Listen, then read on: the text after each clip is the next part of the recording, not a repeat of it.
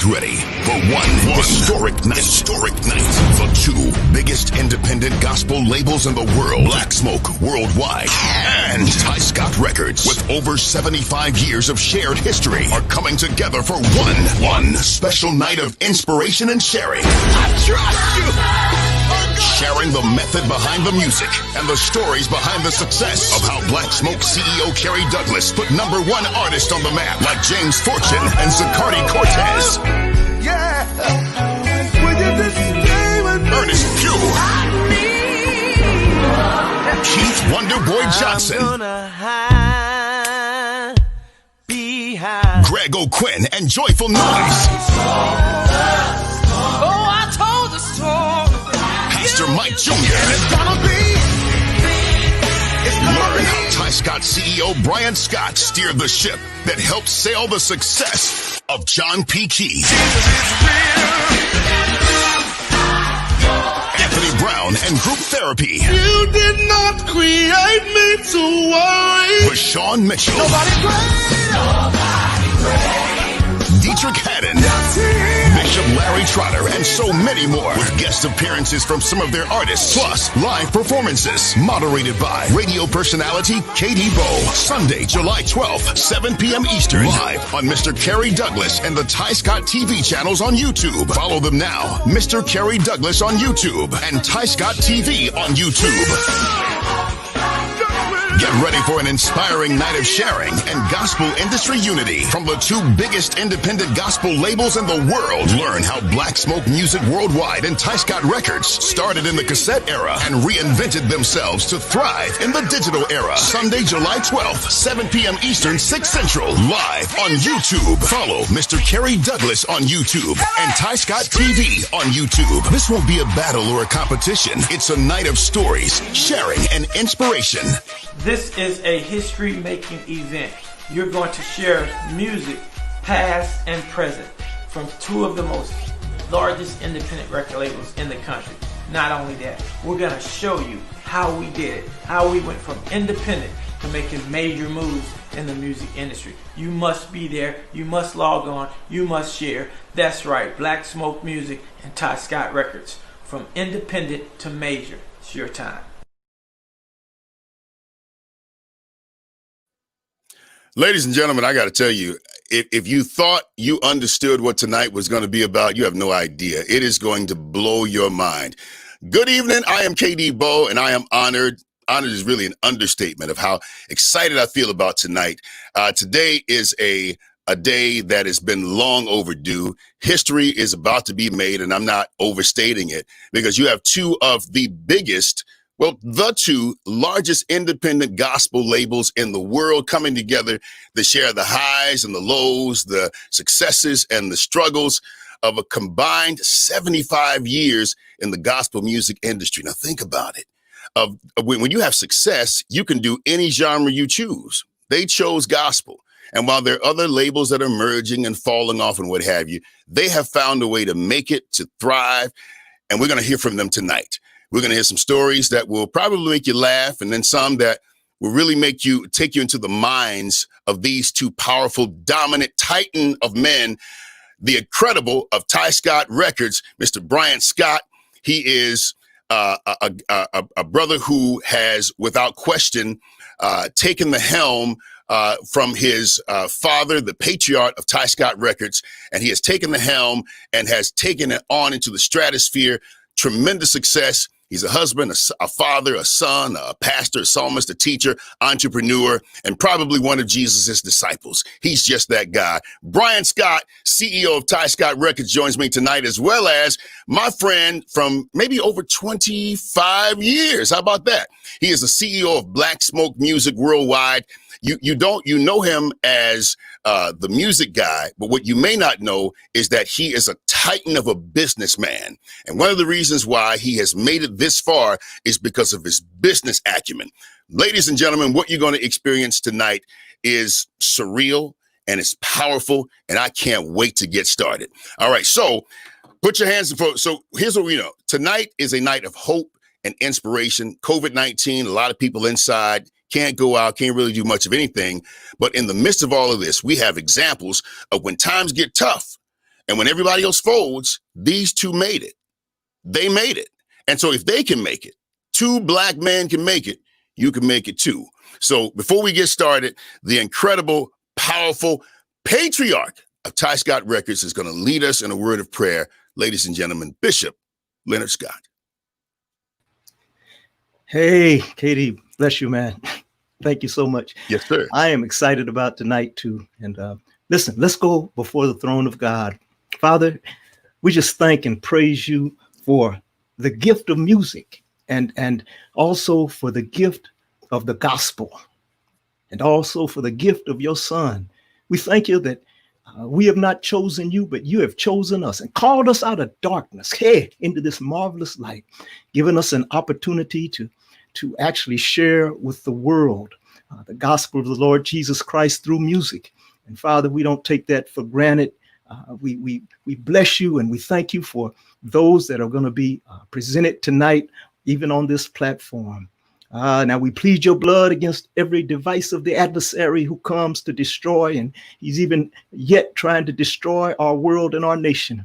But we thank you that greater is he that is in us than he that is in the world. And we know we already have the victory.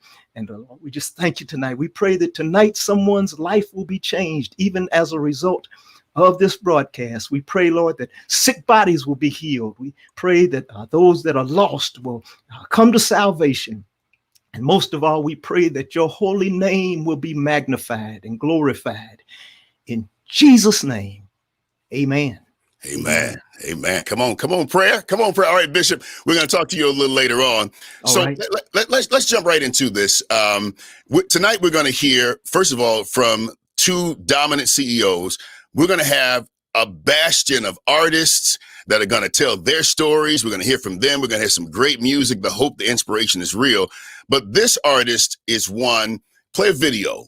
This artist is one that really took the nation by storm. It was his voice, it was his writing ability, and his mindset of being able to know the plight of the culture and speak directly to it. He's Mr. I Trust You himself. Here's a video from James Fortune, or at least a snippet of I Trust You. Take it up. I had my heart broken. I made some mistakes. God, you still kept me. Oh, God, you're faithful. You see what I'm going through. You know my pain. I trust you. It's not easy for me, but I trust you. I know you're here with me. I'm not by myself. As long as I got you, Jesus, I can make it. I trust you.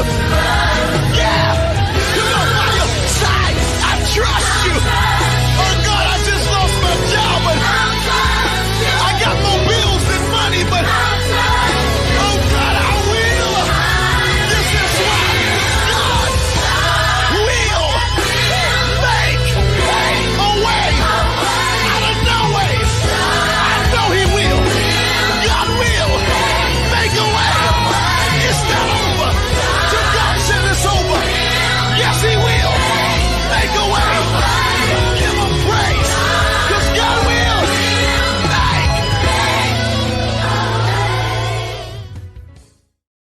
Just one of the number one songs that was on Blacksmoke Music, that is on Blacksmoke Music Worldwide, from Kerry Douglas. Matter of fact, let's bring him on now. Ladies and gentlemen, the CEO, the top dog himself, and my personal friend from 25 years, Mr. Kerry Douglas. What up, man? Hey, everybody. How you doing? I'm just happy to be here hanging out with my buddy, Katie Bo, and it's going to be an exciting night. Hey, man, it's good to see you, brother. Hey, listen, so we got a lot to talk about tonight. I do want to just kind of give people an insight, a little backstory on you. We got a lot of artists, and you got quite a lineup tonight. But let's give a little backstory on you. When you started out, you did not start out in gospel music. You started out on the secular rap hip hop side. Let's talk about it a little bit. Yeah, I started off, actually, you know, it's weird. I actually started off as a car salesman at the age about 18 years old. And from that point, I started doing promotions for the car dealership in town.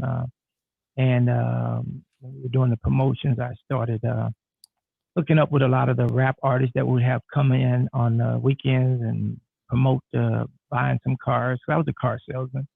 Well, I had another life before that, but around that time I became a car salesman. And then because I had such good experience in the market and sales, and I started dealing with the rap artists. And so I got into the music industry at that point, mainly promoting concerts and things around Houston, Texas. So what made you a good salesman, man? I mean, clearly, and I'm gonna let that slide. I'm gonna let that slide. I'm gonna let the first one slide, but you know we're gonna go deeper than that. Don't do me. Don't do me, Doc. What do you think made you a good salesman? What was it like when you was growing up? What was the home life like that made you have that hustle on you like that? Well, you know, man, actually, and I'm sure there's somebody out here that probably was like me. You know, I didn't grow up in a rich family or anything like that. I grew up in basically a poor, a little below average family. And, you know, and in the hood where I grew up at that time, you know, I got my college degree on watching people around me. And, you know, my brother, you know, he went to prison at 16 years old. He died there in 22, got killed. People around me, I watched a lot of people, you know, just didn't do the right thing. So my education came from watching people who was doing the wrong thing. And I knew at that point in my life that, you know, I just wanted better. I wanted to do better. I want to be better. And so that's my humble beginning. Who did you model yourself after, though? I mean, was there a model that you said, hey, if I could be like him, I'm good? You know, it's pretty strange with me because I never modeled myself after anyone. I was always a forward thinker and I always thought for myself. So I didn't have a role model. So, you know, I had to understand my role in life through a lot of fortunes and misfortunes. You know, I come from the other side of the tracks. And so I just had to learn by experience and just kind of figure out what I needed to do and what I didn't need to do. And that's made clear. A whole lot of mistakes in the process. Hey, man, and that's clear because when you got into the gospel music industry, you were different. I remember you just had a way about you. You know what you do? You reminded me of another one of my friends who does not take no for an answer, especially if it's something for you. You never really took no for an answer. You would ask the same question, but you'd ask it a different way. And if no was the answer, then you just might come out into a different room. So what I appreciated about you was you brought that hustle from the secular world over to the gospel. But what was that transition like? Well, you know, I did bring the hustle from the secular world over to the gospel, but I also at that time was dealing with a form of music that was on its way out. So when I got in the gospel, I used the same tactics and techniques that we did on the secular side, but I was promoting more traditional music, more quartet music. It was a challenge for me, but in my life, I believe I specialize in challenges. So instead of me just getting over here and going with the flow when I got in the gospel, I got over here and you know, I was trying to do traditional music with Keith Wonderboy Johnson, Evelyn Turrentine-Agee, Darrell McFadden, Damon Little. And those guys were, they were trying to kill that form of music at the time because that was the era that, you know, it was Kurt Franklin and everybody was thinking that they had to look a certain way or be a certain way, you know, to cross over crossover, I guess. You know, they want to be inspirational and this and that. So I got into gospel music at a time, but the type of music that I was promoting wasn't popular. So not only was it hard dealing with gospel, it was even harder dealing with the form of music that I chose to deal with at that time. But, you know, there was a lot of gatekeepers. That's what I wanted to point out, because the consumers wanted the music. And I'm glad you brought this up. The consumers wanted the music that you were putting out. As a matter of fact, one of the artists. They still want it. And they still want it. So, and one of the artists, let's go ahead and bring him up. One of the artists, when I heard this dude, I said, first of all, like, how you got him, but what was it about this dude, Keith Wonder Boy Johnson, that made you say, I'm gonna bring him on the roster? Well, Keith, one thing about Keith Wonderboy, when out back then, the dude was very animated. He had great music. He had a great producer in the name of Spanky Williams. They were doing traditional music. They were doing traditional music with really great background vocals. And it was almost like, to me, it was R&B, but Keith was a young guy, and the way he performed, I mean, he just would tear the house down everywhere he was. And, the rest is history. And I'm just excited that I had an opportunity to be a blessing in his life and to be someone who basically took his career and got it to the point where it was. So, Keith, what was it like working with Kerry, man? I mean, when I heard the Through the Storm record, I loved it. I still listen to it now. And my only complaint is just it's a little overmodulated, whatever, but I don't care. I love it. And I love the record. And I keep playing it now because your blend, what you and Spanky did was, I was telling Kerry earlier, yesterday, y'all could have very well did what Casey and JoJo did. Because, Casey and JoJo, what is it? The Little Cedric and the Haley Singers. So we knew quartet. Y'all knew quartet. You could have went that route, but you chose not to. What was it like working with Kerry, who said, no, you best doing gospel? Well, it was actually, that's what was going on with us when we met Kerry. We were actually doing both.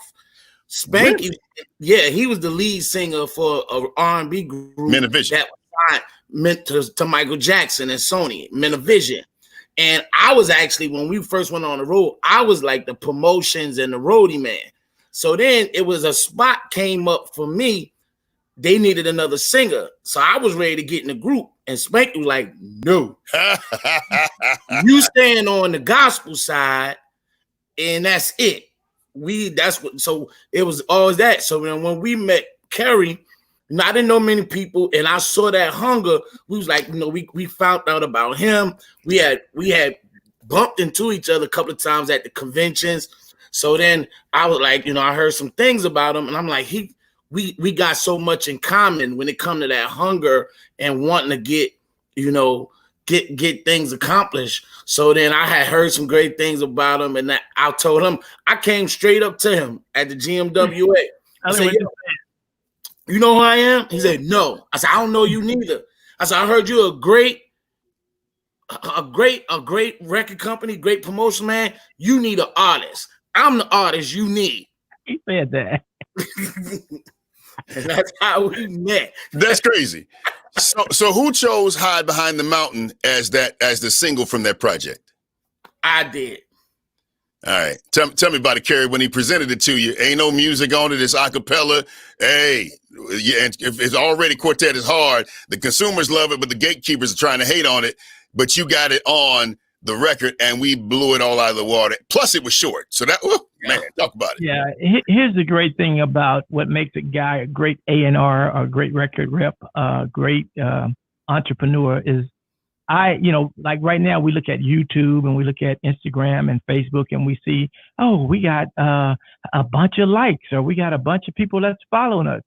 Back then in those days, if you could tear and wreck a house down, if you can minister to the people, if your music can penetrate the hearts of the people, then that was the song. And one thing about Keith Wonderboy, when he got on stage in the spiritual voices and they performed, they moved the people. And because they moved the people, they moved me, and I made a commitment by any means necessary. I'm going to give them the platform that they need. And that's what I did. Yeah, man. Good stuff.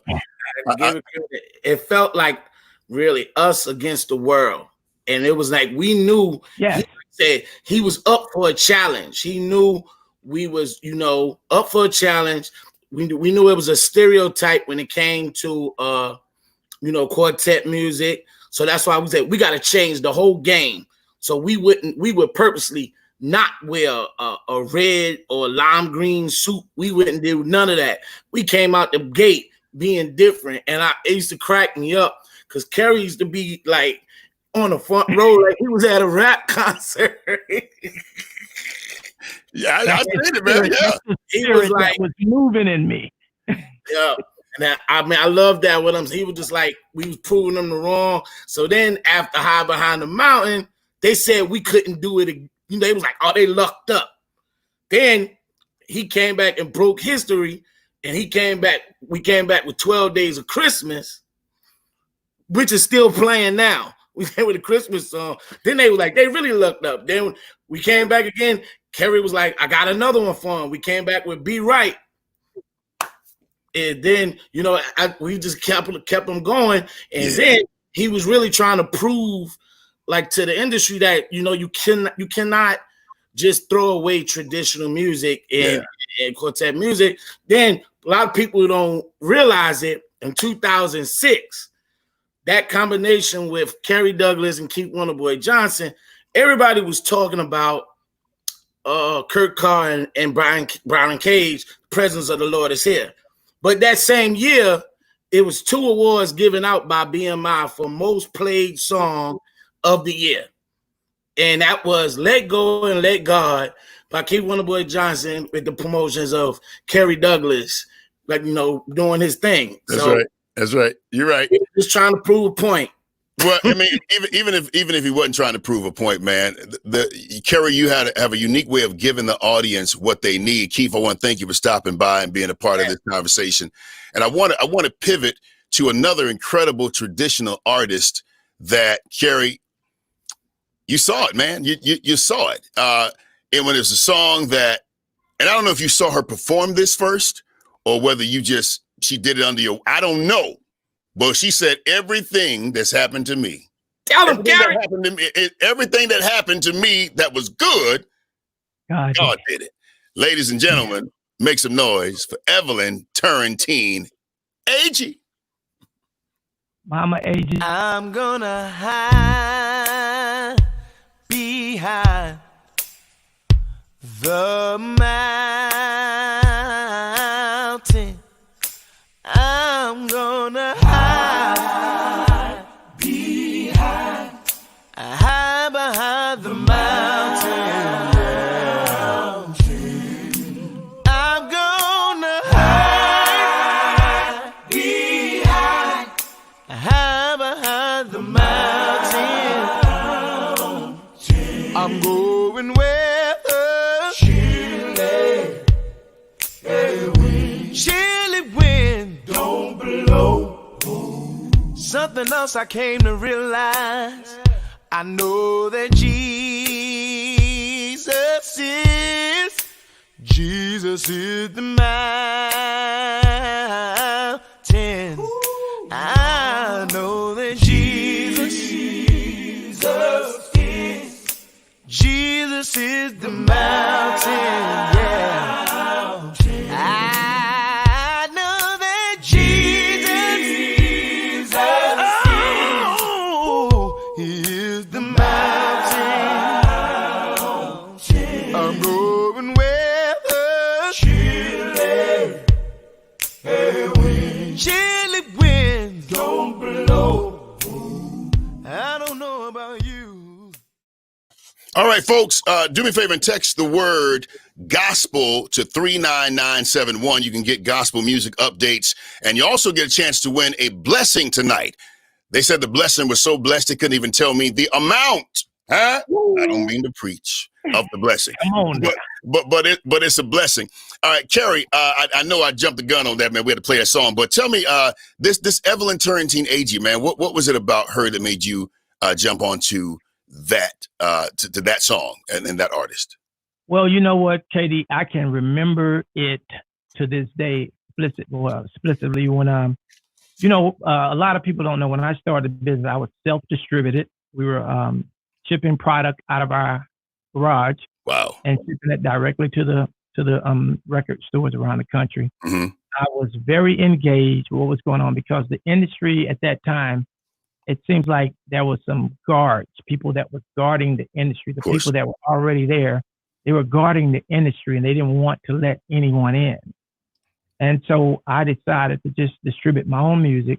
So me and my family, my kids at the time, we were definitely on the phone calling the retail stores and totally shipping product from our garage directly to the music stores. This is how worldwide Blacksmoke music started. And at that time, you know, I was trying to get some publicity for my artist, Keith Wonderboy Johnson. And we was trying to get into the magazines that was out at the time, you know, the gospel magazines that was out. And again, it seems like we were being blocked from having our product put in their articles. And then, so you know what, man, I just came up with the idea. If you block me, no problem. I'm going to build it and they going to come. So that's when I built my own magazine, which was called the Gospel Truth Magazine, which we had distributed in Walmarts all over the country. And that's a whole nother story, how successful that thing was. But anyway, Evelyn Turrentine-Agee called me on the phone. I was in the office, in my home office, as I am right now, in my home office. And she called me and I picked up the phone and she got to talking. And man, I heard this song and I'm serious. It wasn't the best produced song in the world, but it had a message. Thank you for being honest about that. Yeah. And that message was anything that happened to me that was good. Anything that happened to me that was good. God did it. And at that time I was going through some things and I was thinking, man, God is really doing this thing. He's moving in my life. So we put that record out, man, and history is still one. Let's take a listen to it, man. I want to hear a snippet of it. Let's do it.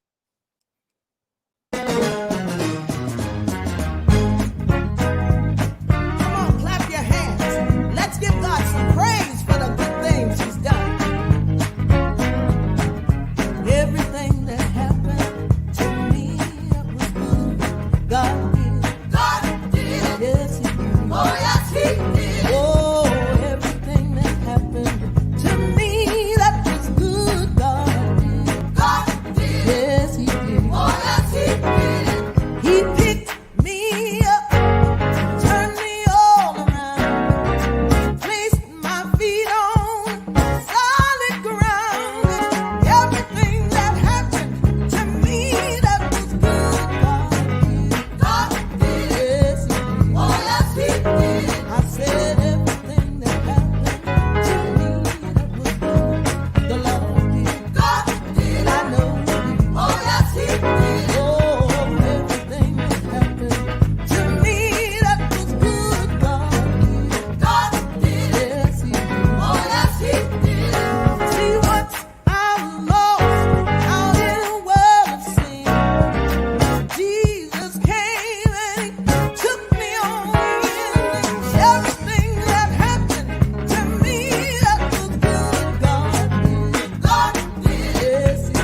Oh, yes, He did. I said everything that happened to me that was good, God did it. It's my Evelyn wedding. Turrentine-Agee and the Warriors. I'm going to keep it rolling, brother. And matter of fact, I'm going to bring on this guest, this artist, who had another song that was blowing up the world. I said blowing up the world. Incidentally, Kerry, you did for gospel what Tyler Perry did for the movie industry. You gave the audience what the audience wanted, even when the gatekeepers didn't necessarily understand it per se, because a lot of them was light years away from the shallowest Black experience. And we can talk about that too, but I ain't really going to dig over there.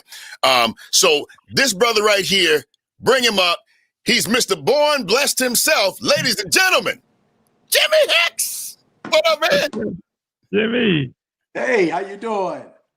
Oh, man, I'm winning, man. How are you? You can't hear? I can't hear. Well, just talk, Jimmy. If you can't hear, just talk. All right. How's everybody doing? Hey, tell us about Born Blessed, man. You might have to translate to me, Kerry. I can Tell hear us you. about Born Blessed. Well, How Born did that Blessed come? was- How did you hook up with Kerry Douglas? All right. Well, I mean, it was through the years in South Florida here, and hearing about Kerry after Keith Wonderboy and Evelyn Agee. This song that the Lord gave me, Babylon's Coming Down, and he took time to work with me from that song, from Blessed Like That. I did this song, Born Blessed. This song was influenced on the back draft of Blessed Like That. I was in the midst of a barbershop in Florida. Me and my son and guys came in to rob the place. And I just did the song Blessed Like That.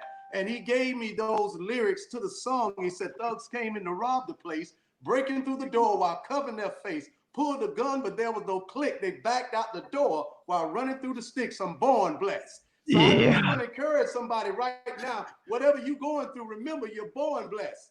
You ain't going nowhere. Hey, KD, let me tell you what I liked about Jimmy. To me, he was a traditional singer, but he really, in his next life, is going to be a rapper, because some kind of way he made all those lyrics just flow well over traditional tracks. Yeah, and I thought that was interesting, man, and it touched my heart. And so I just asked God to bless me, so I can bless him and his music, so we can bless the people. Kerry, introduce it, man. Introduce the Born Blessed record. Y'all give it up for my man, Jimmy Hicks, the original OG rapper over gospel traditional trap music. Y'all give it up for Jimmy Hicks. Born Blessed. Hey! Come on, put your hands together. Come on, anybody know that you're born blessed? Come on, come on. Listen, you wonder why you survived. What kept you alive? We come to let you know that you're just born blessed. Come on. Well, it started the day I was born. Doctor loosed me from the umbilical cord. Doctor spake, there was no breath. Wind came through and it brought good health. Drugs and violence kept me still. Accident, sickness kept me healed. There's one thing I know that is true. Born blessed from the womb to the tomb. Been born blessed. Trial, tribulation. Born blessed. Heartache and pain. Born blessed. Sickness and suffering. Born blessed. Through the storm and the rain. Born blessed. When the enemy comes against you. Born blessed. Through the night and the day. Born blessed. Walk in the victory. Watch him lead 10 ways. Listen. Oh, man. Okay. Hey. Okay. I know you can't hear me. Can you hear him? I can't hear, but I'm going with the praise. I see the praise. Indeed. All right, Kerry, we're going to talk to you a little later on, man. Tell Jimmy, man, we appreciate him, okay? Hey, Jimmy, we appreciate you. We'll talk to you later. Indeed. So, hey, man, we would have to be up here, brother, probably for a whole day to kind of talk about it. But if you could take a break now, and we're going to come back to you, because I'm going to transition now into another gospel, incredible powerhouse label, Tyscot Records. Now, I've been in the gospel music industry for 30 years. I've been a radio personality for 30 years. So I know a lot of the ins and the outs and the stories, the fronts behind. But this specific record company has been one that has been so consistent. And I believe it is because of the patriarch and the founder of Tyscot Records. Ladies and gentlemen, Bishop Leonard Scott. How you doing, King? Bless you, sir. Doing well. Man. I got to tell you, since I've been knowing you, the thing is, first of all, I'm going to say this. It's a common colloquialism we use when the black, diaspora. Good black don't crack. You got that good black, because I don't know how long you've been doing this, but and I don't look like I'm 90 years old. You look like you washed your face. So, Bishop, you started this a long time ago. Brian, which we'll talk to in a moment, your son, the CEO of Tyscot, he gave us a little bit about the beginnings, but I want to hear from you.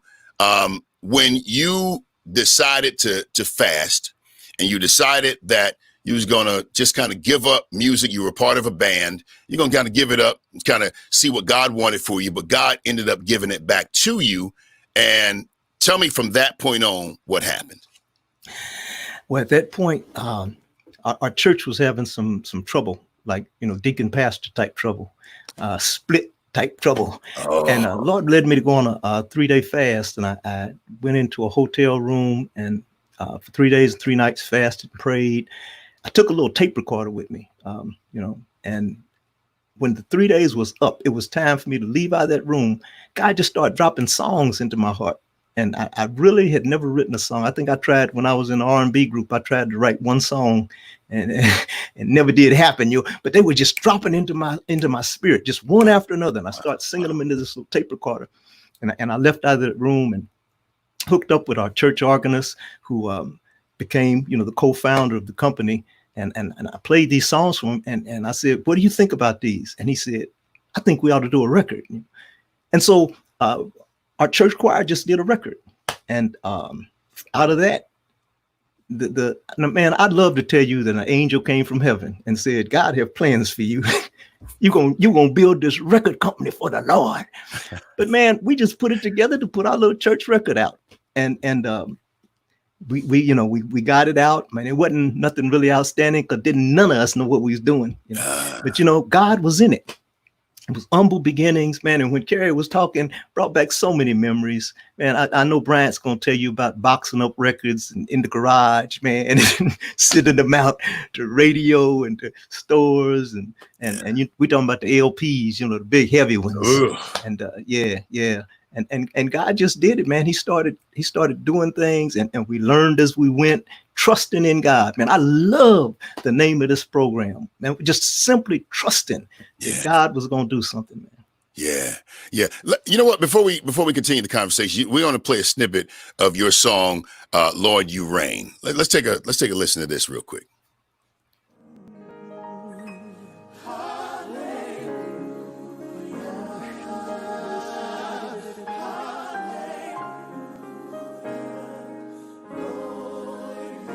Does he reign in your life tonight? Lord, you reign. Lord, you reign in majesty. In majesty. Lord, you reign victoriously.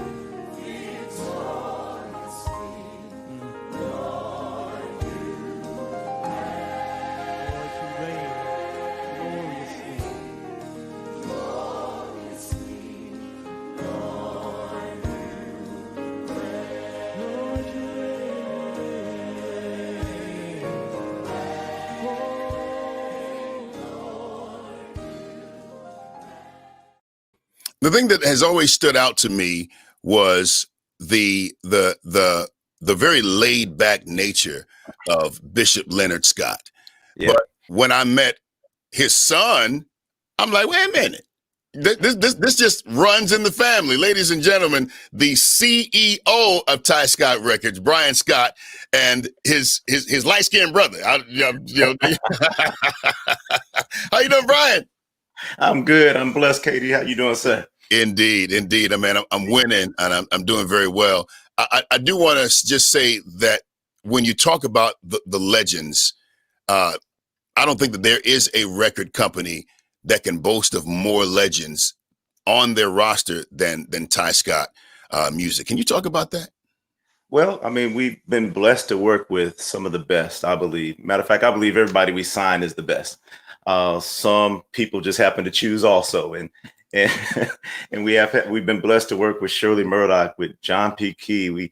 We had probably one of the first Kirk Franklin albums. We've been blessed to work with the Rance Allen group, Dietrich Haddon, Dr. Bobby Jones. Yes, I mean, so the list goes on and on by the ones that God has allowed to cross our path, and it's been great. Now each one has their own story, but God has been good to us. Now, what I understand is that you didn't initially want to be like in the music industry.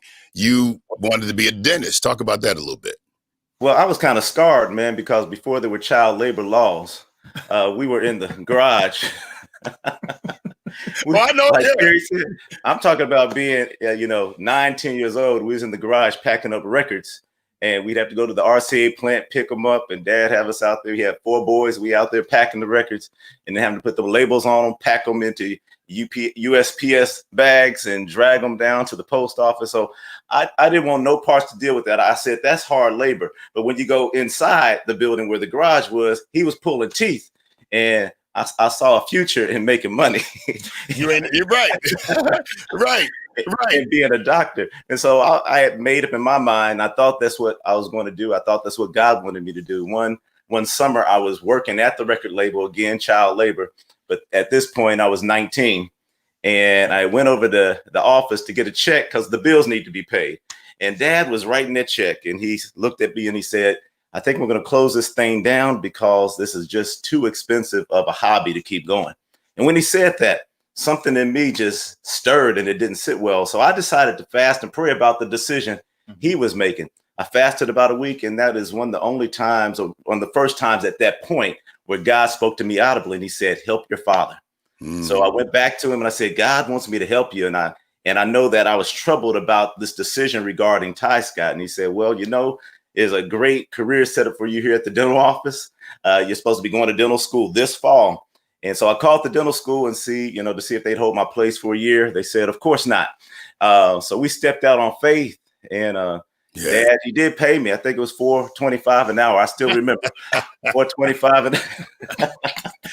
Hey, you know what? I never did ask those. Are y'all brothers for real though? I mean, I never asked that. This is my brother. He's my cousin for real. First cousins. My father is Dr. Scott's oldest brother. Okay, good. I never asked that. But I'm talking about light-skinned brother. Are they brothers? I don't even know. So yes, this is my brother and my first cousin. So yes, all Indeed. that's included. Hey man, I love it. Stuff going on. We really cousins. Yeah, it's my father, Sidney Scott. Then it's Dr. Scott. Then Gregory. Then Barbara Golder. Yeah, so that's good stuff. Yeah. All right, I got to get to the bottom of this. Bring Bishop back up because I need to get to the bottom line of this. Now, I hear that there is there's a John P. Key story floating around here, and I need to understand exactly what happened. So when I asked about John P. Key and what was the mindset and the foresight of you going out and searching this guy and saying, I want to hire him, I found out that he kind of came in as a consolation prize. I got to hear this story. All right, Bishop. Huh? You gonna tell it? I'll tell it. Well, you jump in and correct me because I was suffering from child labor abuse at that time. But we have a theme here tonight: the child laborist. Right. I remember being in the living room. I remember this group of young men that came named commission. I don't know their names at that. I just know there was some light skin and dark skin ones, but they was there. And they was in the living room and found out later that, Dad had negotiated a deal with commission, had offered a contract. They was ready to sign it. He thought he had them. They left the living room and something happened. Their manager at the time hooked up another deal with Light Records. and so the consolation prize, Bishop, you can jump in and say how you got the consolation prize. Yeah. The young man that did that, I think he felt kind of bad about it because, we're a black owned label and he swooped them up from us and gave them to, and so I think he felt kind of bad and he said, but you know what? I got this demo tape that guy sent to me and it sounds pretty good. So I'm gonna let you, check it out. And if you want to do something with it, you can.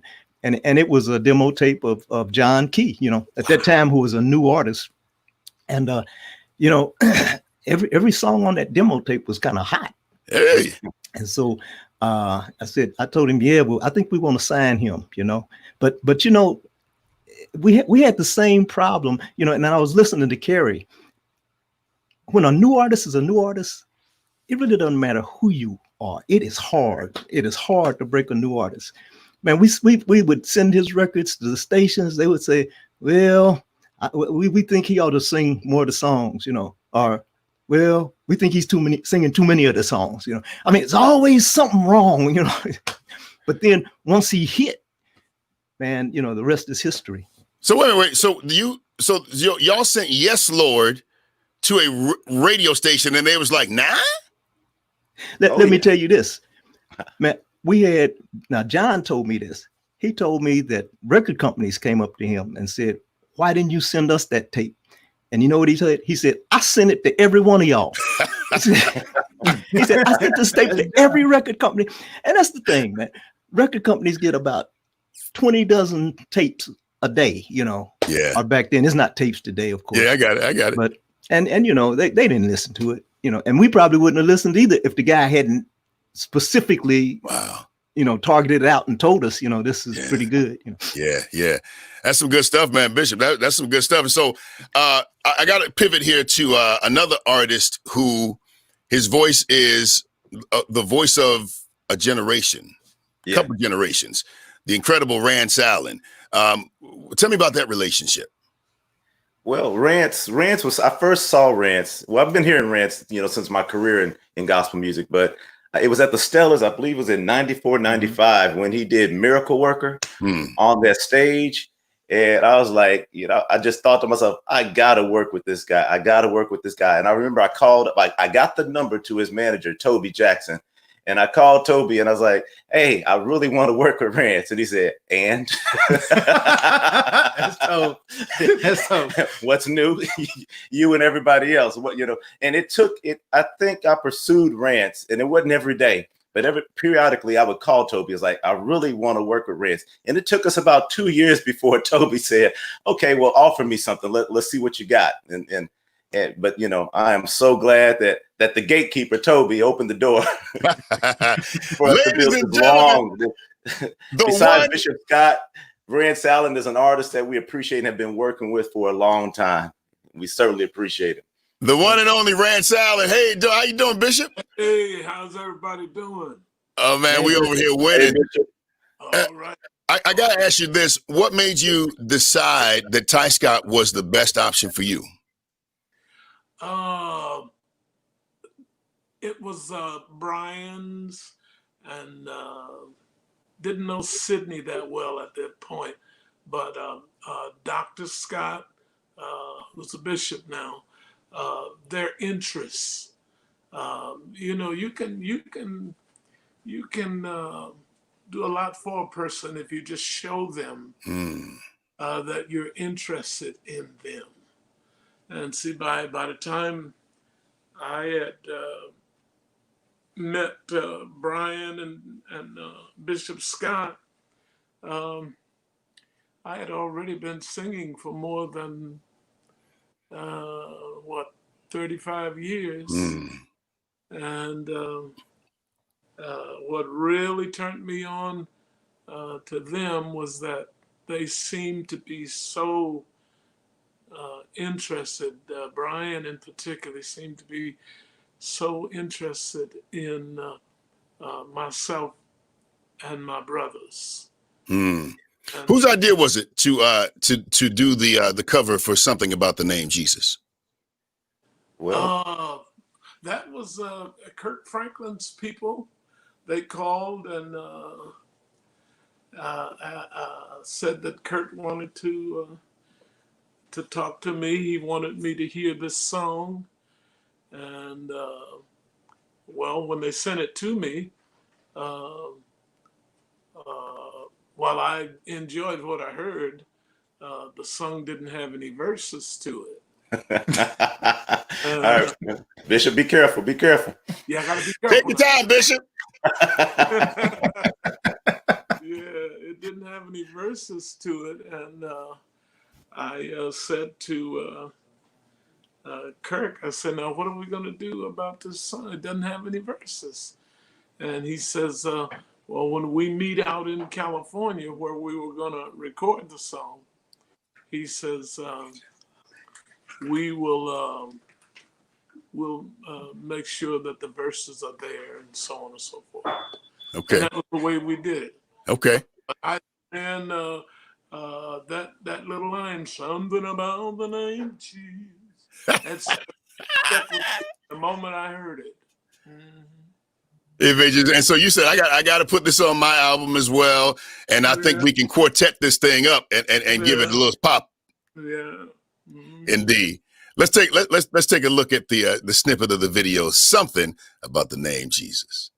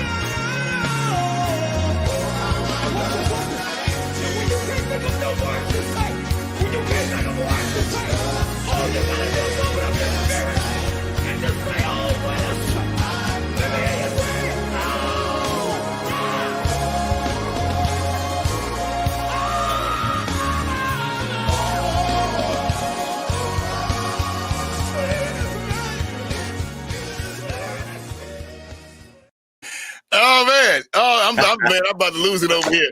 Bishop, listen, we love you, and your gift is incredible. We can listen to you talk. We can listen to you sing really all day long. I don't know what throat God gave you. I just know he didn't give nobody a throat. So the continued favor of God be upon your life, man of God. Thank you so much. Thank you. Indeed. God bless you, Bishop. We love you, man. God bless you, Rance. Love you. Yeah. So I figured that I wanted to just bring up this incredible woman of God who, quite frankly, she is the quintessential sound. When you think about a sound of a decade or an era, you cannot act like you don't understand and know that the voice of Miss Shirley Murdock is a force to be reckoned with. Ladies and gentlemen, welcome to the conversation, the incredible Miss Shirley Murdock. People filled with hatred, brother against brother. When will we love as Christ loves us? When will we stop all this foolish fighting? Then we can stop so much senseless dying. Someday we'll unite as one. Oh, someday we will all be together. Yeah, yeah. We'll walk hand in hand someday. Oh, it will all be someday. It'll all be better. Yeah, that was a powerhouse, man. Yeah. That was a powerhouse conglomerate of singers all on one stage. It was incredible just to have just so many people on. And Shirley Murdock, man, tell me what made you say that Shirley was the best fit? Tyscot was the best fit for Shirley. Man, I'm like Doc. Or Bishop Scott. I wish I could say it was something miraculous, but it was something miraculous. I was down in Texas. I was at KHVN, and I was there promoting and doing some other things. And Antonio, he said, "Watch this, watch what happens." And he's dropped a track. I Love Me Better Than That. Antonio Johnson. When he dropped that track, the phone lines went. They just all lit up. He said, "This happens every time I play this song. I want to put you in touch with him." And he called Dale and Shirley, got them on the phone. I started talking with them. I'm like, man, this is something phenomenal happening. I just want to be a part of it. And that's how the conversation started with Shirley. That's some good stuff, man. I just think that what you all have and the foresight that you have is amazing. And I want to continue the conversation when we come back. I want to take a real quick pivot here because I want to give equal justice time to both artists and bring back the CEO of Blacksmoke Records Worldwide, Mr. Kerry Douglas, because when we think about your love for quartet music, I don't think that it's paralleled really with any company, because really you have taken, like, it's one thing to sign a Rance Allen or a John P. Key. Of course, he made him that. But it's another one to take a person like a Damon Little. Let me get Kerry on the screen. It's another to take a person like a Damon Little and put him on the forefront and blow him up.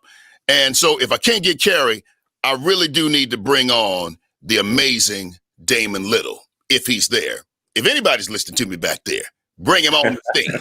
If not, Tyscot about to talk about a Blacksmoke Records artist. I wish I could bring him on. Woo! This one is for all the slack folks. Listen to me, if you will. You can't. Yeah. Straddle the fence. Did y'all hear what I said? Say it again. You can't. Yeah. Straddle the fence. I got a little verse here I want to sing to y'all. You call yourself a true missionary, but you spent all night creeping with Sister Mary. And y'all women on the front row with your skirt real high. The preacher can't preach cause you keep catching his eye. You can't straddle the fence. I know y'all heard that. Say it again. You can't. Yeah. Straddle the fence. I'm talking to y'all at the hole in the wall. Yeah. Okay. All right. Where you was at? You was at the hole in the wall, Kerry? I was slipping and sliding at the hole in the wall, y'all. That was Damon Little, my boy, my little brother. I really love him, man. That was an awesome time right there, KD.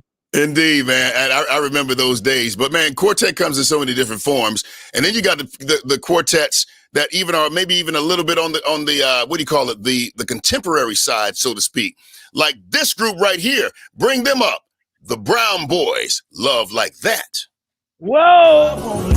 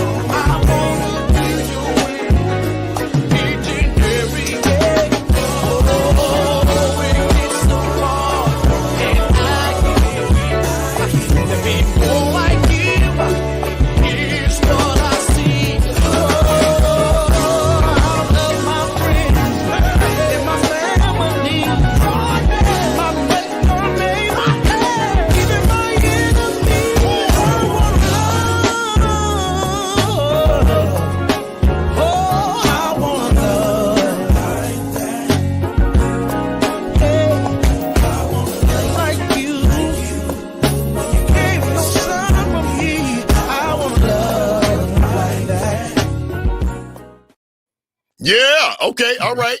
I'll tell you what, let's do this. I didn't even know we had commercials here, but apparently we have commercials in this, and we're going to take time right now to go to a commercial.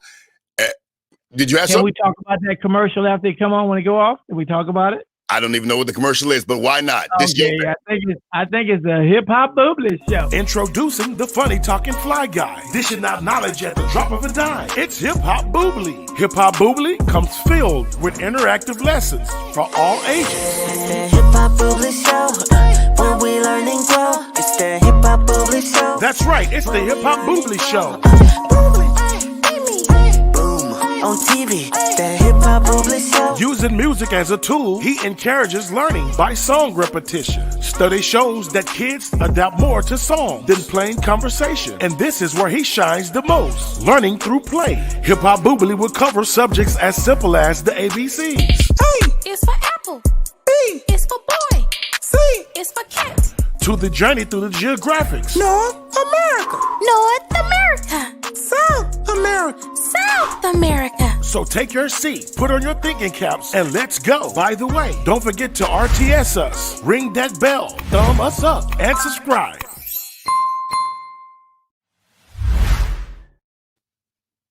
Every time I turn around. You know, I'm a forward thinker, Katie. I'm a forward thinker.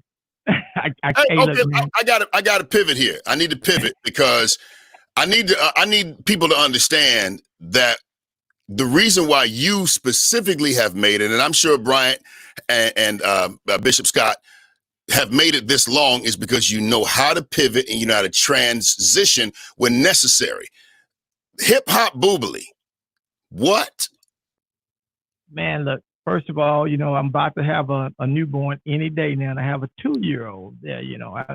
My third set here, my third generation. This is child number 417,683. Just call me Father Abraham. Anyway, so my 2-year-old, I can't get her off of Elmo. Elmo at 2 years old. Baby Shark? Baby Shark, all that. So I was like, you know what? If kids are appealing to that, why wouldn't I create an African-American hip-hop kids program and put it out? So that's what I call my franchise product right now. I'm developing educational tools for kids, and we're getting into film, movies, kids music, kids programming. That's my next step. That's what's next for Kerry Douglas. And I want all of you guys right now to pay attention, because it's gonna be incredible. We're gonna do some incredible things with this kids programming. One thing about me, and one thing that God has put in me, always allow me to see it before I see it.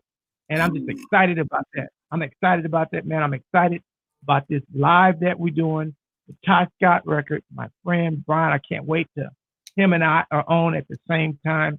We can dialogue a little bit more. This is just a night of unity, and I'm loving it. Thank you, Katie, for doing this.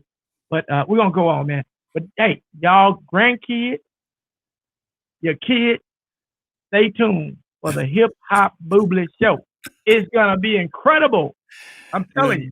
I love it, man. I love it. And we're going to talk more about that. And because your business acumen is not anything to play with, we're going to come back to that. I want to talk back to Bishop Scott and to Brian and Sydney, because I think it is important that you guys, you didn't just stay in one genre. Really, you moved to several different, matter of fact, you transitioned very successfully to praise and worship. What was the mindset there? The mindset there, it was just following. You got to have an ear. And one thing we would talk about in our staff meetings, we'd kind of like the Motown thing. We asked the whole table, the whole conference room table, do you really like this? Do you really love it? But a lot of times what we were finding out is we could love something, but the people wasn't loving it. And so we started actually putting out feelers. Where's the market going? And started doing some market research. What is the market doing? And we kind of went into praise and worship, and you'll see during some of the tracks that are going to be played. But when I got in and Sydney came along, it was heavy choir. We had the John P. Keys, you had the Mississippi Mass, you had Georgia Mass, we had Miami Mass, we had Indiana State. But after a while, it started to transition. Even the choir started doing more praise and worship. Like you'll hear a track by Vashawn Mitchell that My Worship Is For Real, where it was choir, but they started doing worship music. And it looked like, so we didn't just drop choirs and go to this worship set, but you'll notice that the choir started doing this music and it morphed into a worship set. I don't know if it's because people didn't want to show up to choir rehearsal, so all they could get is 4 or 5. I don't know, but if you seriously listen to the worship music that is being done today, it can easily be done by a choir. Wow, man. Wow. Very good. So, I don't know. I know that he's going to be a part of this, but if he's on, I really would like to talk to him. If he's on, he may be on, he may not be on. I don't know. We're going to talk to him in a moment. But right now, I gotta go here. We talked about him earlier, but I got to hear from him. The man, the myth, and the legend all wrapped up into one. Check out this snippet from John P. Key. Walk by faith.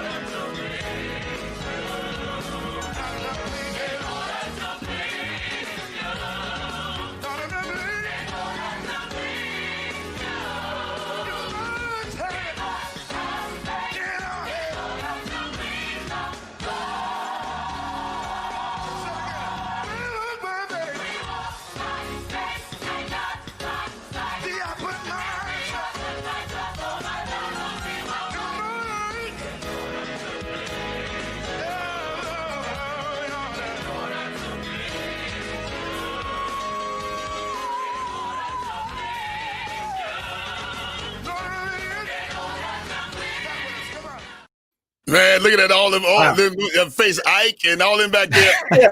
You see all those groups on there? You see Lowell and Isaac. You see Lamont Jackson. You see Surrender, Sheila, and you see Jeanette. Yeah. It's like a family reunion to see all these people we haven't seen in years, and that's footage that nobody has seen over 20 years. That's good stuff, man. So many questions I have, and I got to ask you this real quick because we got a guest that just was able to come on, and we're going to come to her briefly.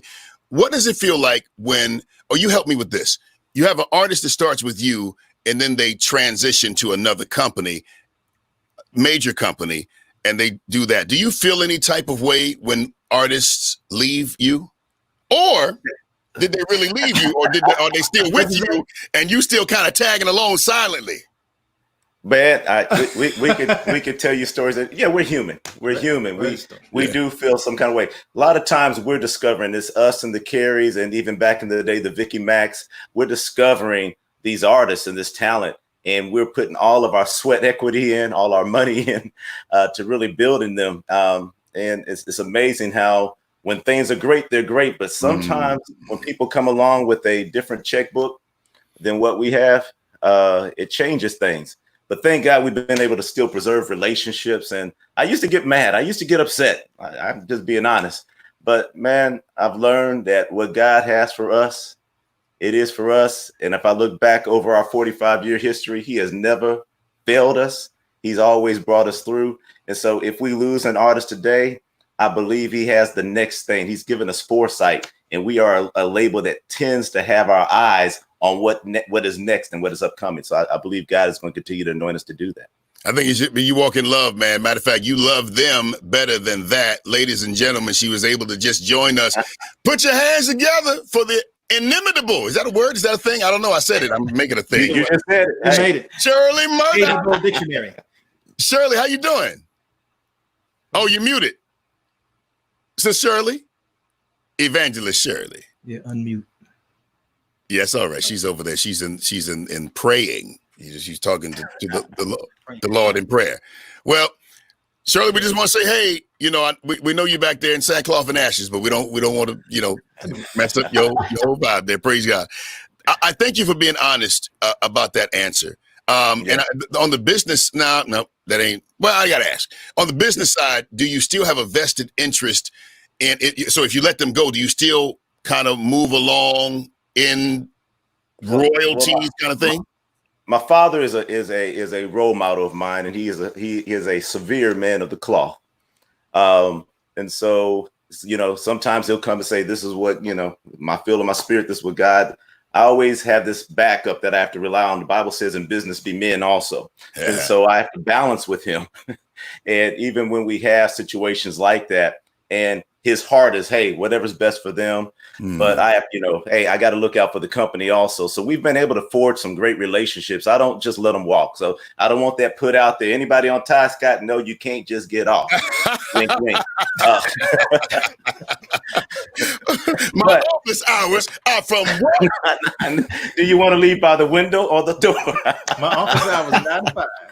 I love it. Okay, so you got another artist, man. Well, we've been able to forge wonderful three-way relationships with Verity for John P. Key, again for Dietrich Haddon. So we was able to work out things where when a larger label came along. Matter of fact, we only had one album left on John, for his choir, and for his workshop. We ended up signing a 21 album deal with Verity. We actually launched Verity Records and the three-way signing of John P. Key. What could have only lasted another year or two anyway became something that didn't end to maybe 5 or 6 years ago.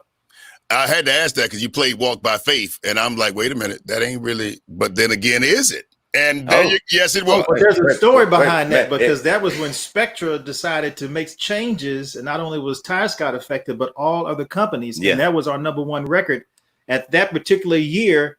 Walk by Faith was number one, and that was the same time that our distributor filed for bankruptcy, and then all the monies that would be paid for the sales, no one got paid. Yeah. Oh my goodness, you got to be kidding me. Okay, man. So many stories. I will give you the story on that, because he prayed through it, and I mean it was something that nobody ever expected, and that was our really strongest number one record. Then Spectre sent over and said, "Hey, we're closing up shop, and I'm sorry, we can't pay you." I'm sorry. Yeah, I bet you can't. Yeah, you got the money, didn't you? Don't get me started. All right, somebody else is in the room. I want to bring him up. There's a song that we are still singing, and really it's a couple of songs that he did, and we're still singing them. I want y'all to make some noise for that dude. Rodney Bryant is in the building. What up, boss? Yeah. These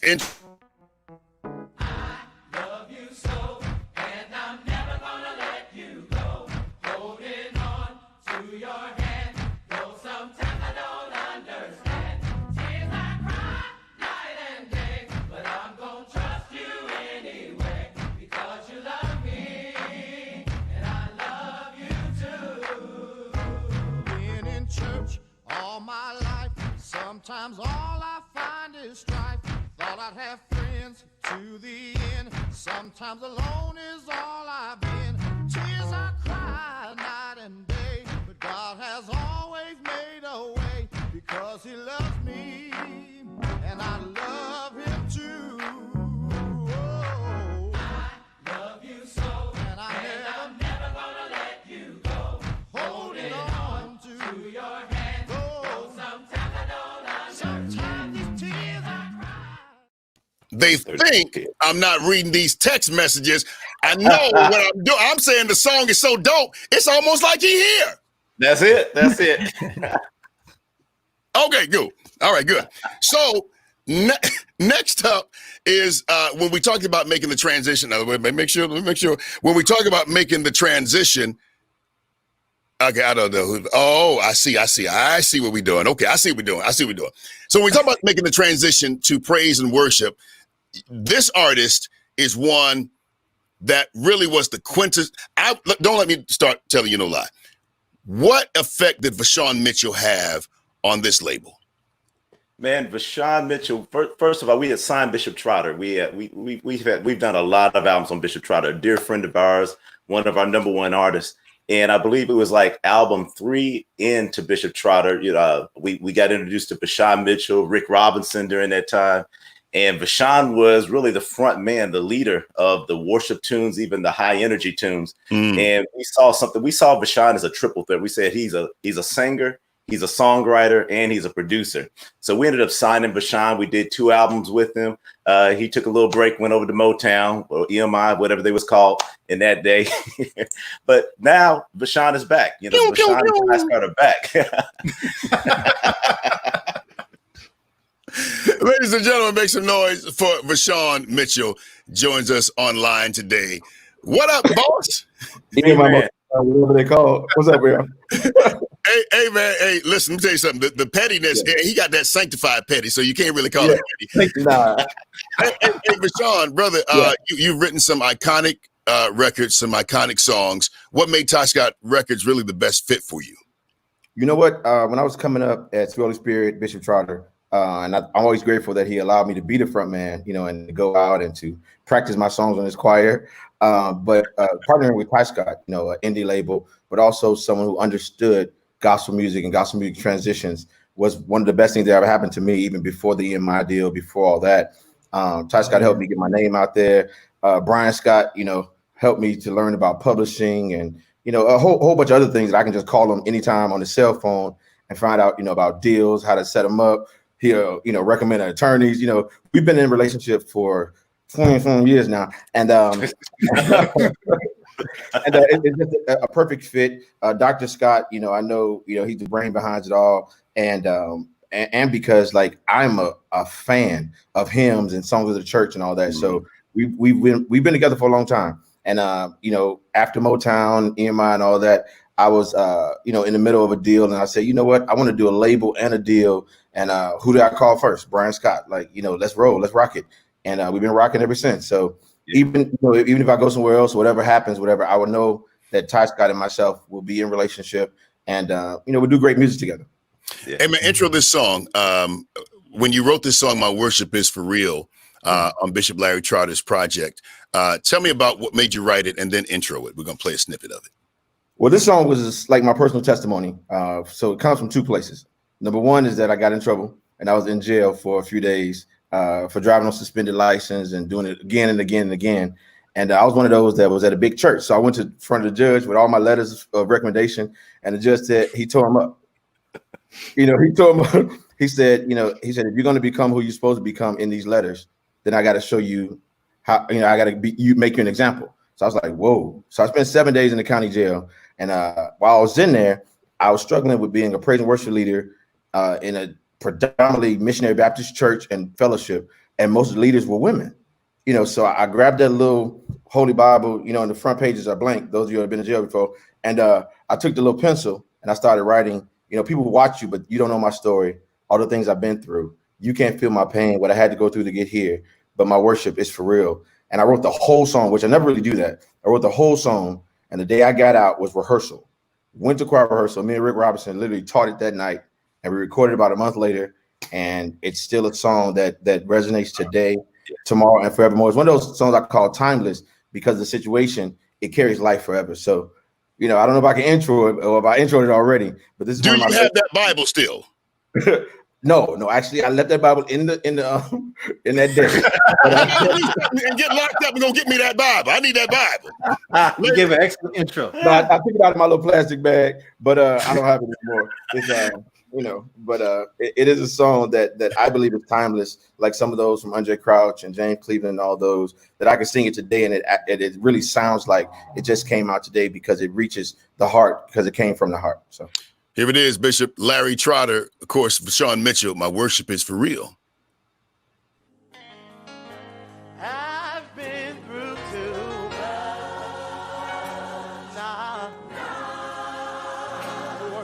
to worship Him. Come on and worship God in this place.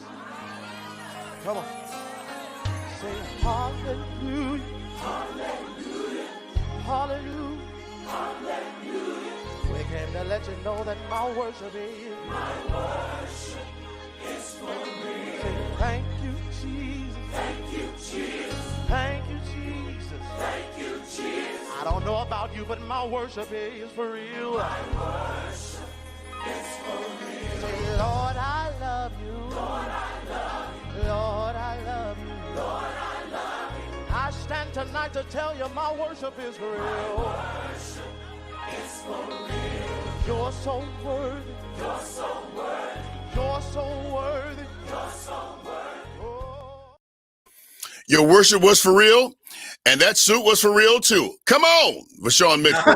My worship is for real.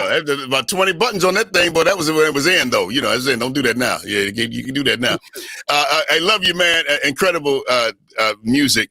And then I want to ask you this question, guys, about the next artist. Just he's the quintessential. How can I explain him? He's got so much energy. And when he hits the stage or you hear his music, it's so phenomenal. It's dynamic. Anthony Brown in Group Therapy. Tell me about that signing. Well, actually, the guy that you just that was just on with us, Vashawn, God has blessed us with relationship. Like, remember how we signed John Key? It was relationship with somebody, even though that somebody had just done us wrong. It was still a relationship. I like you. So, you know what? You was on the fence. Let me tell you something. I like you because that petty be right there, just right there. Right there. Just a little bit. Amen. My grandfather always said, keep your friends close and your enemies closer. Amen. We got in the Bible says, love those that despitefully use you because they're going to come back and bless you. I'm a stern believer in that.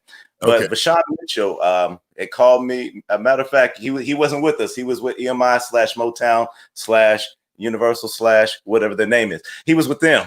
And Marette Brown. And well, actually, Sydney had met Anthony 10, 15 years before we ever signed him. He met him at a GWA. We were in Detroit, Michigan.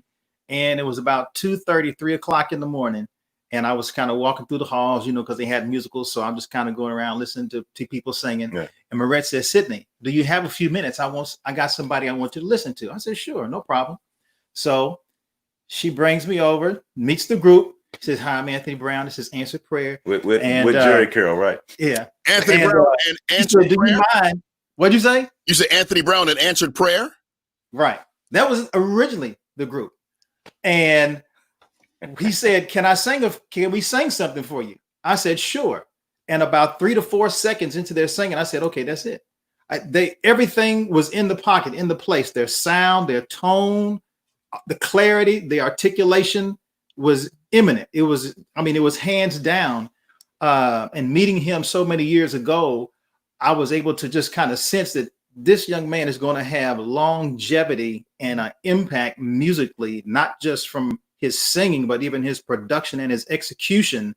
And as the years have gone on from all his works that he's put out, you can see the evidence is self-explanatory. Yeah. Okay.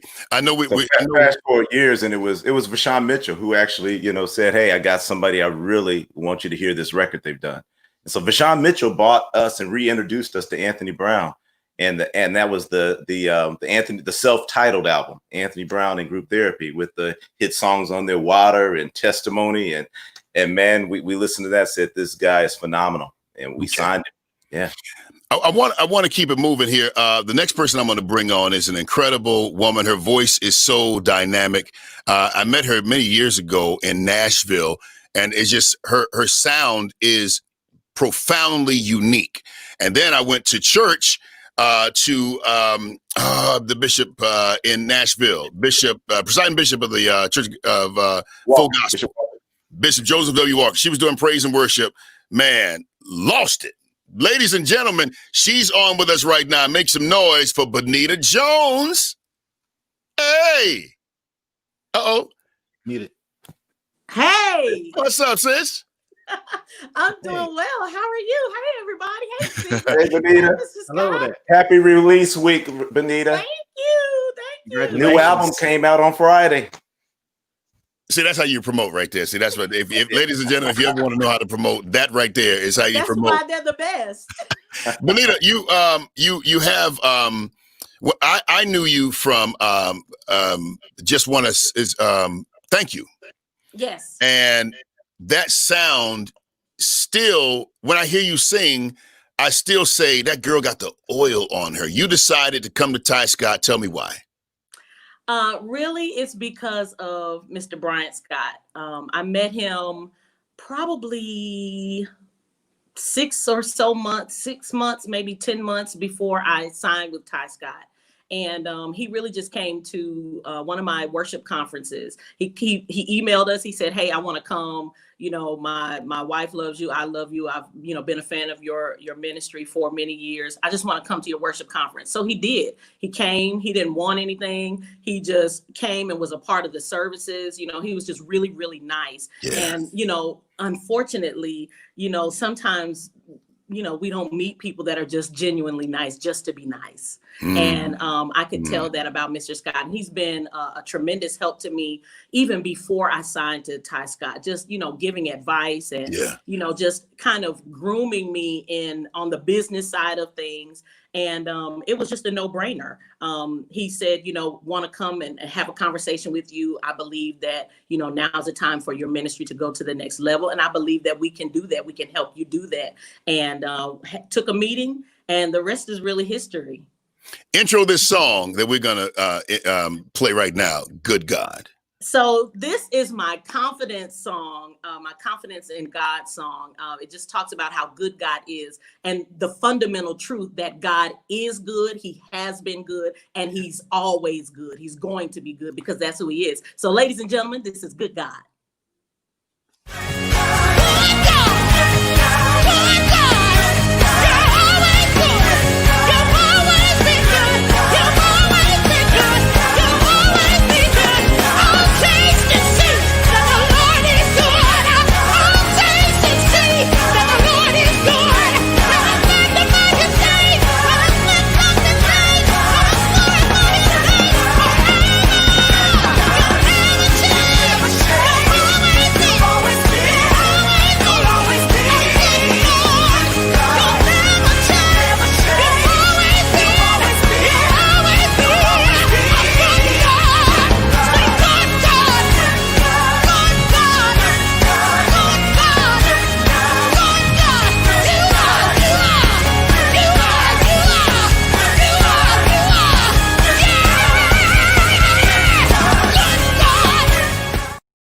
See, that's what I'm saying. I think people like her and this dude right here, they take blessed oil and they just swallow it. I don't know. They can't just be anointed. They drink the Pompeian kind. Man. Ladies and gentlemen, Bonita Jones and this dude right here, Anthony Brown. What up, boss? What's up, KD? How you doing, King?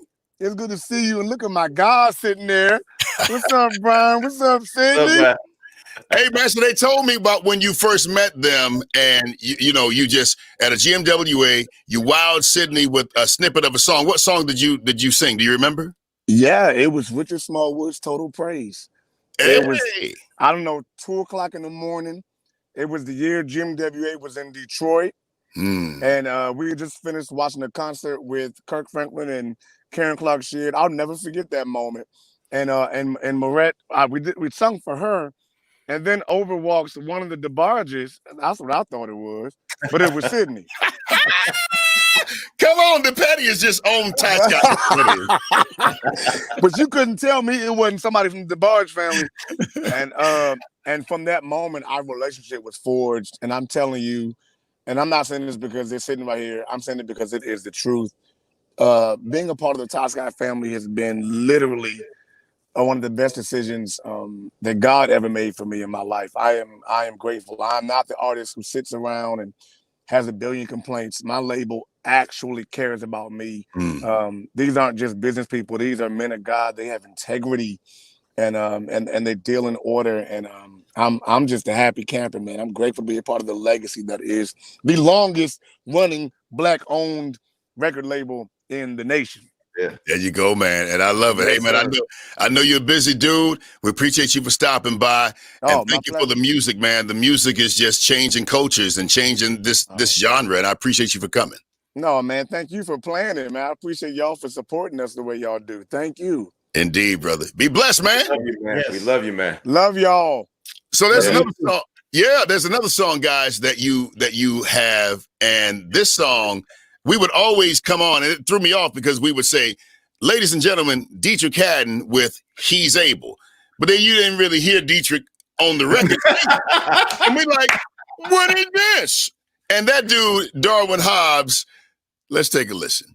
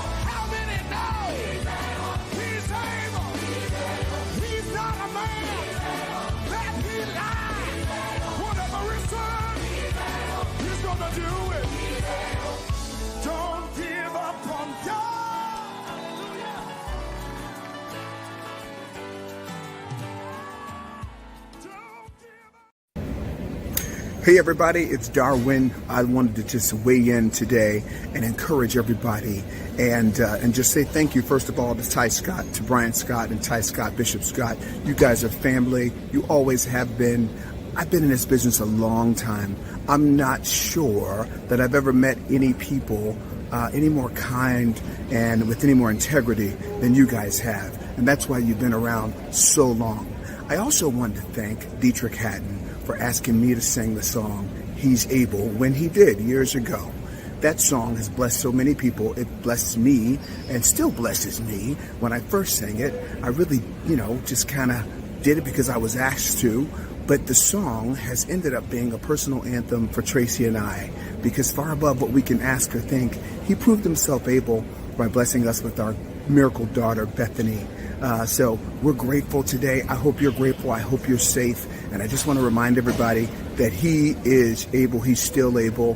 And I'm so honored to introduce this song. Enjoy yourself. Be safe. I love you. I'm traveling. That's why I'm in this airport, as you can see. But I had to weigh in. Yeah. Okay. So there you go. That was supposed to come before that, but nonetheless, I got one more artist, guys, and then I got to get to this conversation between you and Kerry because there's some things I want to ask. But you have another artist, and I want to bring him on. He's in the waiting room. Jason Claiborne. Let's bring him on right now. What's up, man? What's going on, man? What's happening? What's up? It's the man with what's up, Sydney? What's up, Brian? It's the man with the beard. Come on. Hey man, so man, yeah, it's quarantine, man. Okay, quarantine. Okay, I got you. So being on Tyscot, man, has been a tremendous blessing for you. Tell me how. Let me tell you, I actually was on Tyscot. Okay. Katie, I've been knowing you forever. You don't with Tyscot with Righteous Riders. I feel the God telling me what he's saying. In the group so many times, I wonder how I'm gonna read. You know what I'm saying? Oh, you can hear me? Yeah, you're You going can't in hear and me? out. Can You you got hear a me now? going out ministry going on right now. Can you hear me now? Good. Oh man, Yeah. I don't know. Okay, so Righteous Riders. I started with them. Can you hear me? Yes. Righteous Riders. Okay, Righteous Riders. That's how I started with Tyscot, and then I moved on. I was the only singer dude in the rap group, so that's how I started off. I said, Katie, I've been knowing you for a minute. Like, I mean, since you've seen me sing with Hezekiah Walker and write Yeah, songs man. like Better for Bishop Hezekiah Walker, You're All I Need. I Survived It for Ricky Dillard, all of these other songs, man. And I'm glad to be a part of Tyscot. They brought me back on the family, man, 15 years later. There you go. And you got this song called God Made It Beautiful. 15 years later. Play the song. Yeah, this is my second single. God Made It Beautiful. Thought I was finished, down for the count. Thought it was over, my time's run out. But then you stepped in, took the story and changed the end. I thought it was ashes, but God made it beautiful. It looked like ashes, God made it beautiful.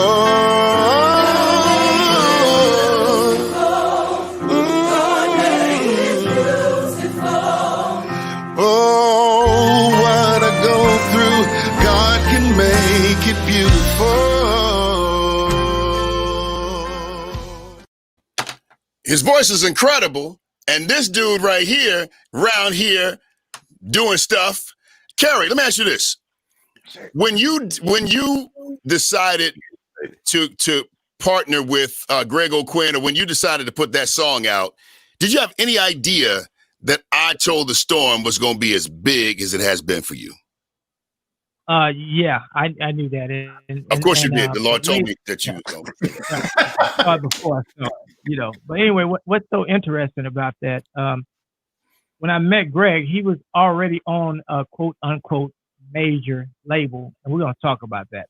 And he came from Word with the same song, and he signed a deal with me, and that song has made history since then. So in a way, it's the total opposite. But man, I just want you to ask me the question. I just kind of got thrown off a little bit. You asked Brian a question about how does he feel when an artist leaves him? I'm coming to you. Now we hear that. Take me there for you. Actually, to be quite honest with you, it brought tears to my eyes while I was sitting here. I was sitting here listening, and it brought like tears to my eyes. And he said something about, you know, he was a underage child. He was a kid. And what I want to say to some of the artists, even if they're listening, sometimes as an independent, we employ our children, our babies. My babies help build the career of a lot of these artists that we're talking about. I see where you're going. And when something like that happens, it's like it could be devastating. It could be devastating because you put all of your life savings, all of your energy in it, all of your kids' energy. Sometimes you lose wives over it, you lose families over it, and when it happens, it's just devastating. But one thing that I want to say to everybody out here, a lot of us think that white is right in the industry. Sometimes white is right, and I'm just gonna say the shit how it really is. I can't sit up here and glorify everything. I mean, I don't have no bishop in front of my name. I don't have no reverend in front of my name, so I can keep it 100 right now, because there's other people like me and other people like Brian that going through the same thing. And on the flip side, Yeah, get in that mic, man. Yeah, on the flip side, you really can't blame the artist either, because they want to also take care of their kids.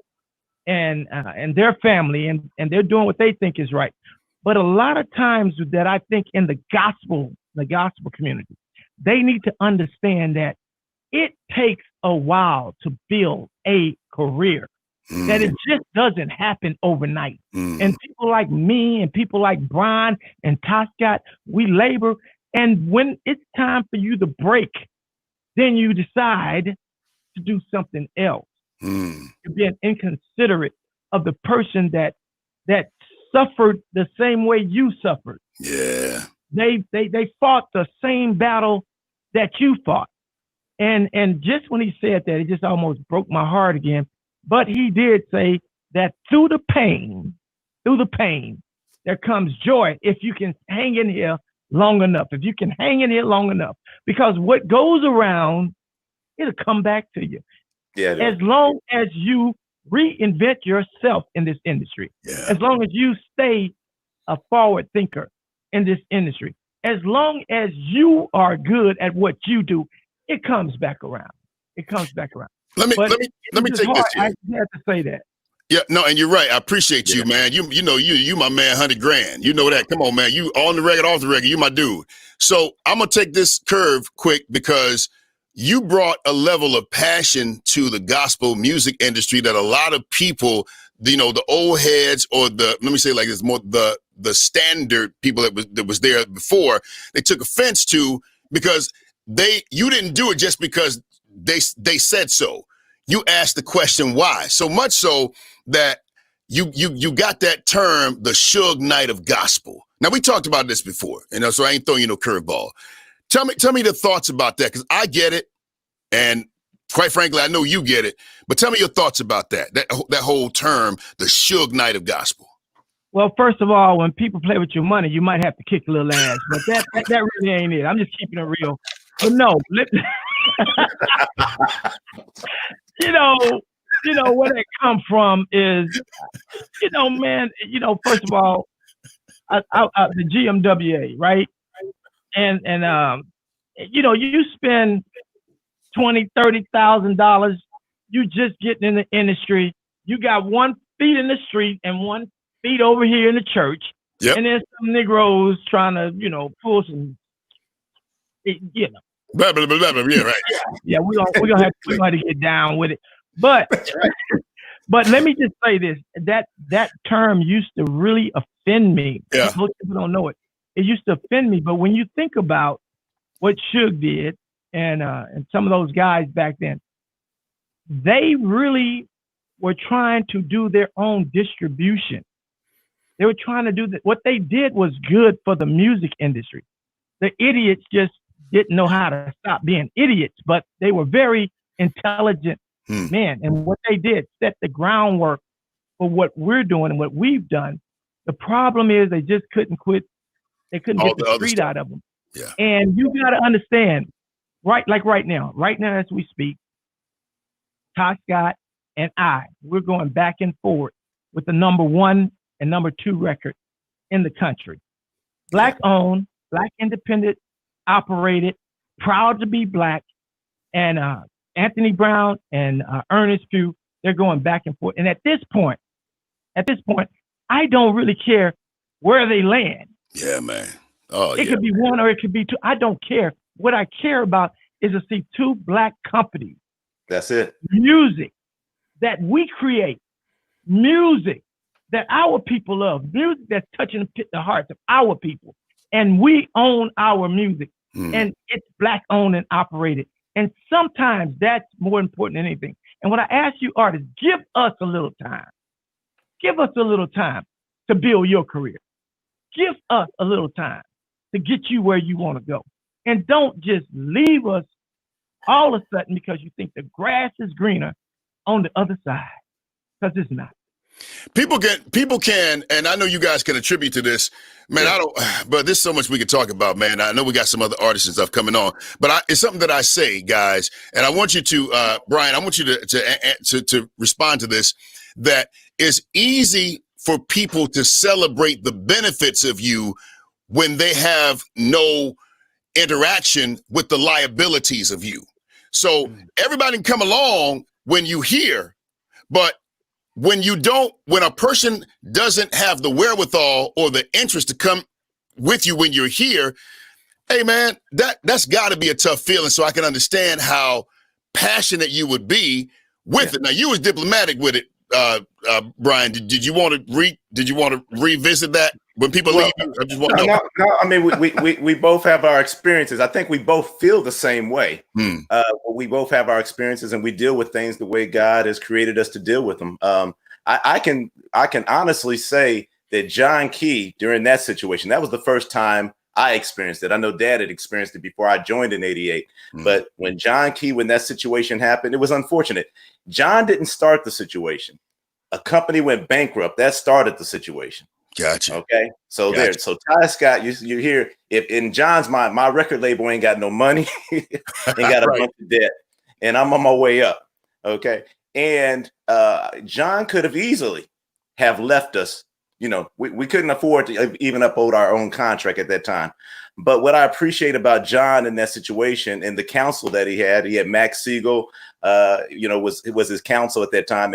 And they decided, let's get in a room and work this out. Let's figure out how John can get his needs met, how Tyscot can continue on, and how we can, come along for the ride, and how we could take John's career to the next level. And it was us sitting down. So I appreciate that. It was us sitting down and actually putting our heads together and saying, it ain't going to be like it was. It can't be. We can't pretend that what happened last week didn't happen.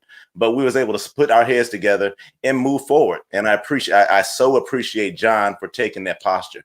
Very good. Did I like the fact that he went somewhere else? But it wasn't him saying, I'm leaving because of anything else other than we was in trouble. Okay. But if he had left and he said, I'm leaving, you would have cussed like Kerry did? Would you do a little cuss word out there? Hey, man, let me tell you about that other Negro. Right. Now Dietrich's gonna be coming on, and Dietrich's my friend, and we've had some, No, not yet. We're gonna get to it. Okay. Not yet. Okay, man, this time is running. Okay, all right. So Kerry, take me here. Griego Quinn, the "I Told the Storm" record. You already introed it. Let's go to that song. "I Told the Storm." Greg should be on. Is he on? Oh, Greg.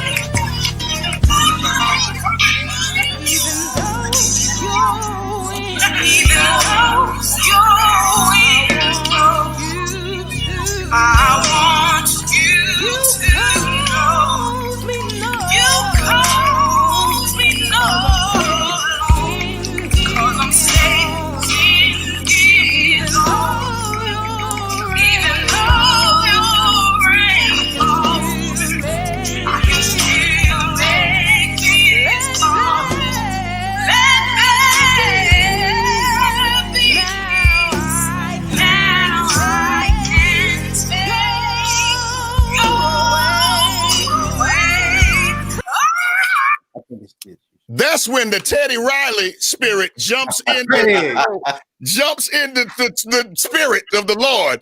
Ladies and gentlemen, he's that dude, Griego Quinn. What up, man? Greg, can you hear? Greg? I can hear you. Hey, all right, KD, talk, baby. okay? What's going on? Hey, boy, you got in the house. My good friends. Yeah, okay. You got all the stuff back there, man. I hear you. So I told the storm that I know the song has probably been, I would imagine it's your biggest record to date. Tell me what made you decide to go the independent route with Kerry and putting it out? Well, the label, when I was with Word, the vision, they didn't really catch it on that song. And really, they had put a lot of money into it. And they're great people over there. But the record hadn't blown up. It hadn't done what it did, you know. So we decided to go different ways. And I met Kerry, and I think it was Talisa Stinson told me about you, and he connected us. And we got at the Houston Gallery, man. And I really loved his energy, man, and his passion. And we had 153 million views on YouTube to date. as a result of this relationship I established with Kerry. So I'm excited, man. I'm still excited. Yeah, so that tells me I'm gonna reach out for you, Kerry, after this is over. I'm getting compensated for this. I did this for the love. I thought I'm helping the black people. Black people got money. No, we gonna holler after this. Hey, Greg, I appreciate you, man. I love you, King, and man, much success to you. What you got going on now, man? Hey, man, I got a lot of my church members on now. We're about to do an album at my church, and I'm finishing up a new thing with Kerry, hopefully. So, got new music. It's called The Culture, the new record that's coming out this year. The Culture. Yeah. Man, I love it. Yeah, Shout out to Hebrew.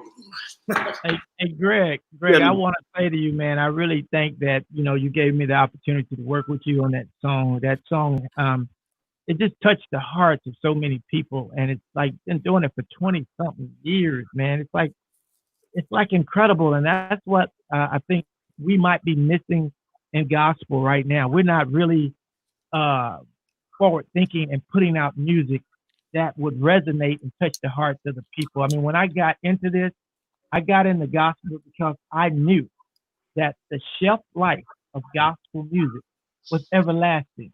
Right. It was everlasting. And so, when I saw the hip hop music, like, one day you got Ja Rule, the next day you got somebody else, and the next day, but gospel music, like she said, over 150 million streams. And it's still moving to this day. Every Sunday, somebody doing it in their church. Somebody praise dancing to it. Somebody just, the record is just blown up. And that's what this music and this culture is about. And that's what we have to get back to, except for we have to use the modern day technology and tools that we have in order for us to keep going. And we definitely got to stay strong. Stay together. Yeah. I was looking at this thing earlier. I didn't like the idea that I was off, Brian was off, because we put this together because we're united as one. We're standing strong, united as one. And that was the vision when I called Brian, and that's going to be the vision moving forward if it takes me out of here. Nobody's going to stop it. Y'all know that y'all can't stop me, so you might as well just join me.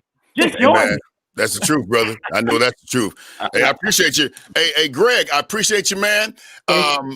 Kerry, so you had another artist, man. I met him maybe about a couple months ago. He came in the studio with another artist that's going to be on a little later on tonight, Zacardi Cortez. But, man, this dude, I don't know, man. I think he just, whatever it is, hey, bro, he got it. Demetrius West is in the building. What up, boss? What's up, family? Everybody, what's good? KD. Scott's, what's up, family? Y'all good? Hey, man. Hey, are you still trying to come to the A or no? Man, just pray for me, brother. Hit me. My dad ain't gonna turn me loose, man. Hit me on my hip after this is over. I will. Talk about double. Okay. Hey, man, but you're deciding to merge with Blacksmoke Music and carrying them, man. What was the thing with that? Yeah, man. Like I think it was God divine, man. When I initially talked to Kerry, he was just kind of in a different type of spot. He had something he alluded to earlier when he was talking how artists had kind of been mistreating him and all that type of stuff, and he was just like, "Yeah, I'm just kind of done with it. I don't want to do it." So I was like, "Kerry, come on, man, let's get up out the bed. Let's work, man. Let's work." So off the couch. I got him off the couch, man. I was like, "Oh, okay," because I wasn't sure what's going on here. What just happened? That was when I was in the trucking business. Remember, I started the trucking business. I'm gonna visit that, but go ahead, man. Yeah. So, man, he was like, "Okay, let's give this a shot, man." And I tell you what, man, because of the favor of God, man, it allowed us to do some incredible things, and I know that by him and his vehicle that he has in this industry, the respect and the integrity that he has in this industry, and with God's help, of course, it has allowed us to do some amazing things. So our lead single together that we had was Open the Floodgates. And I'm telling you what, man, God has blessed us tremendously, over 1 million views, streaming views and what have you. So God, in just 2 years, man, we've been working together for 2 years. And so I'm grateful for that. I think that's a pretty good intro. Demetrius West, ladies and gentlemen, Open the Floodgates. Enjoy.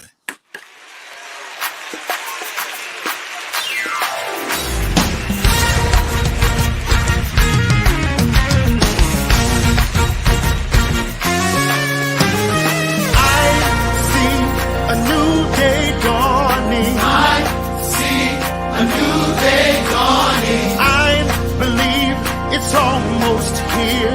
I believe it's almost Come on, help me say it.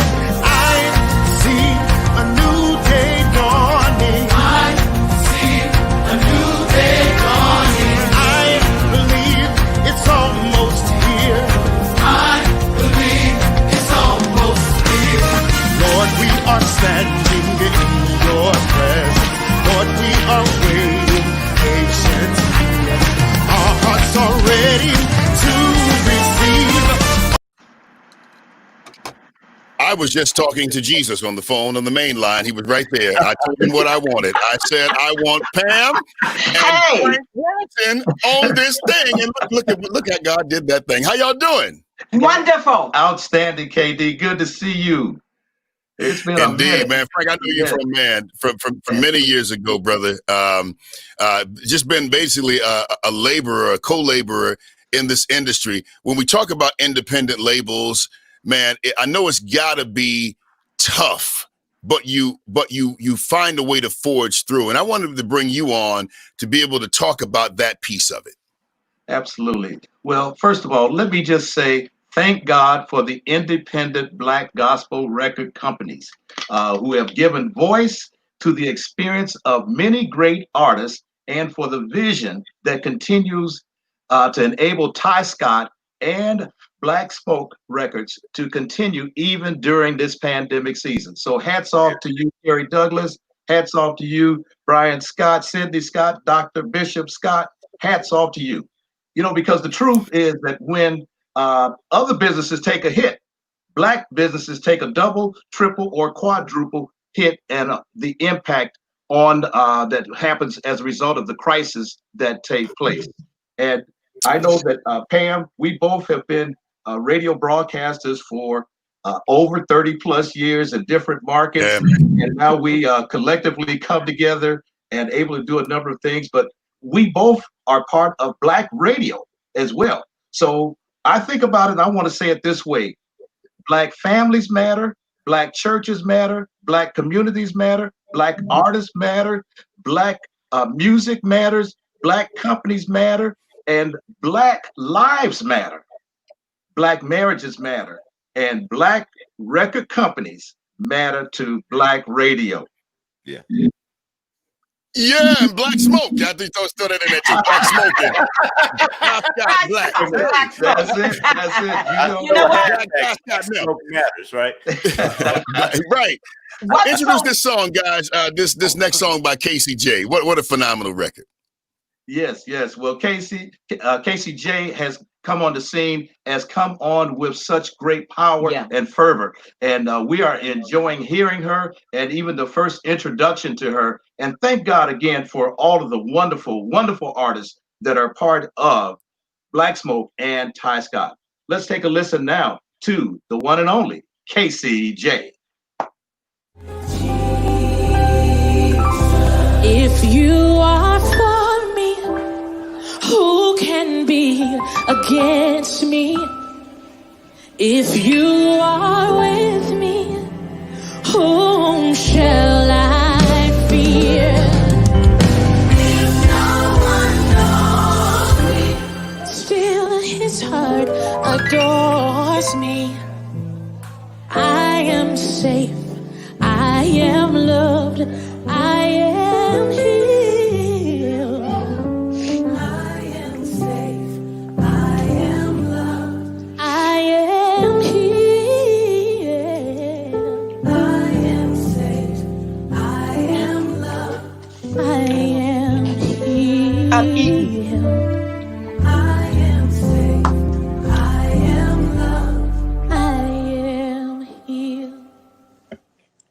Yeah. Hey, listen, we're rolling through these, man. I'm telling you something. From one phenomenal voice to the next, this artist right here on Tyscot Records, she took the industry by storm. She started out with YouTube videos, and now she's on Tyscot. Make some noise, ladies and gentlemen, for that one right there.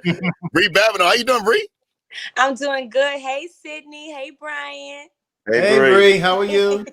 I'm doing good. Hey, Bree, how did they approach you, or who approached you to be on Tyscot Records? That's an interesting. You can tell the story. You can tell it. I can tell the story. I want to hear the story now.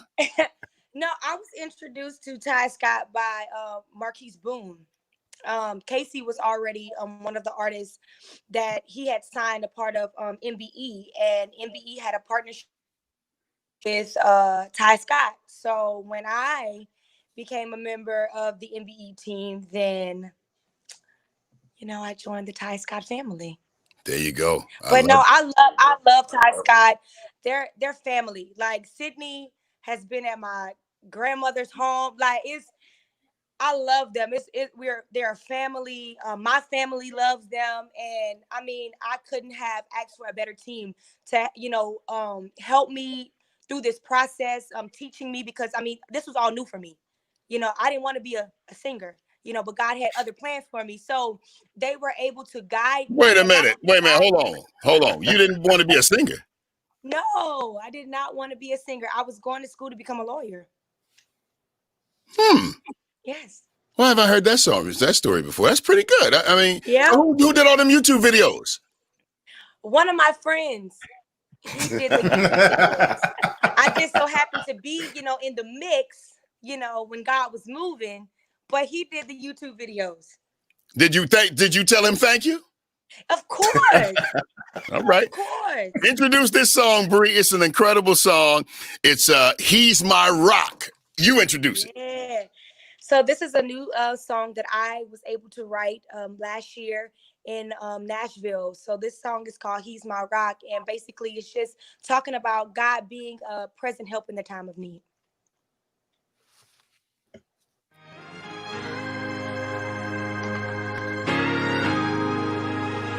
Mountains rise and fall.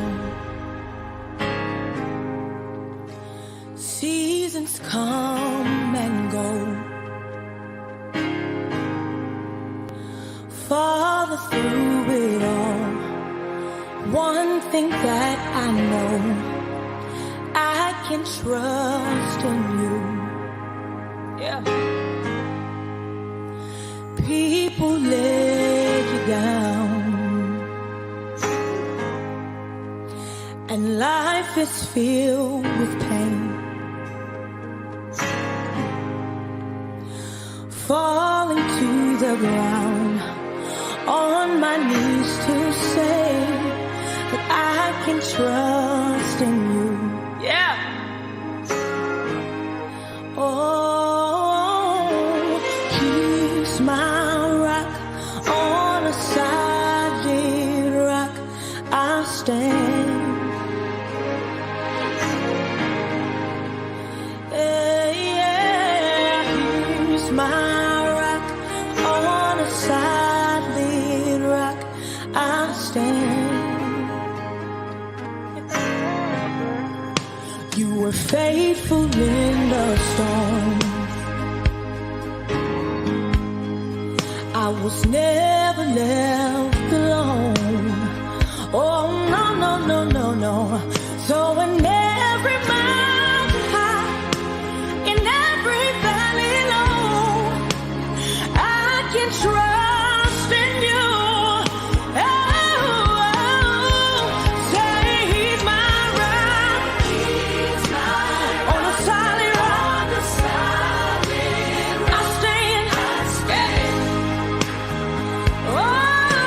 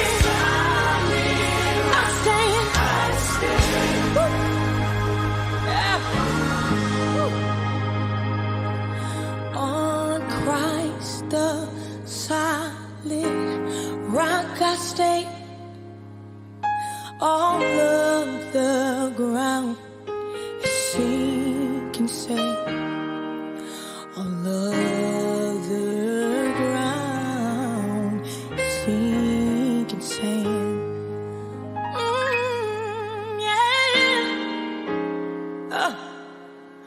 Oh, Christ, solid rock I stand. All other ground is sinking sand. All other ground is sinking sand.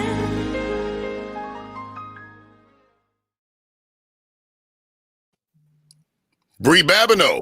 Yeah. The extended version of the song. She's my right.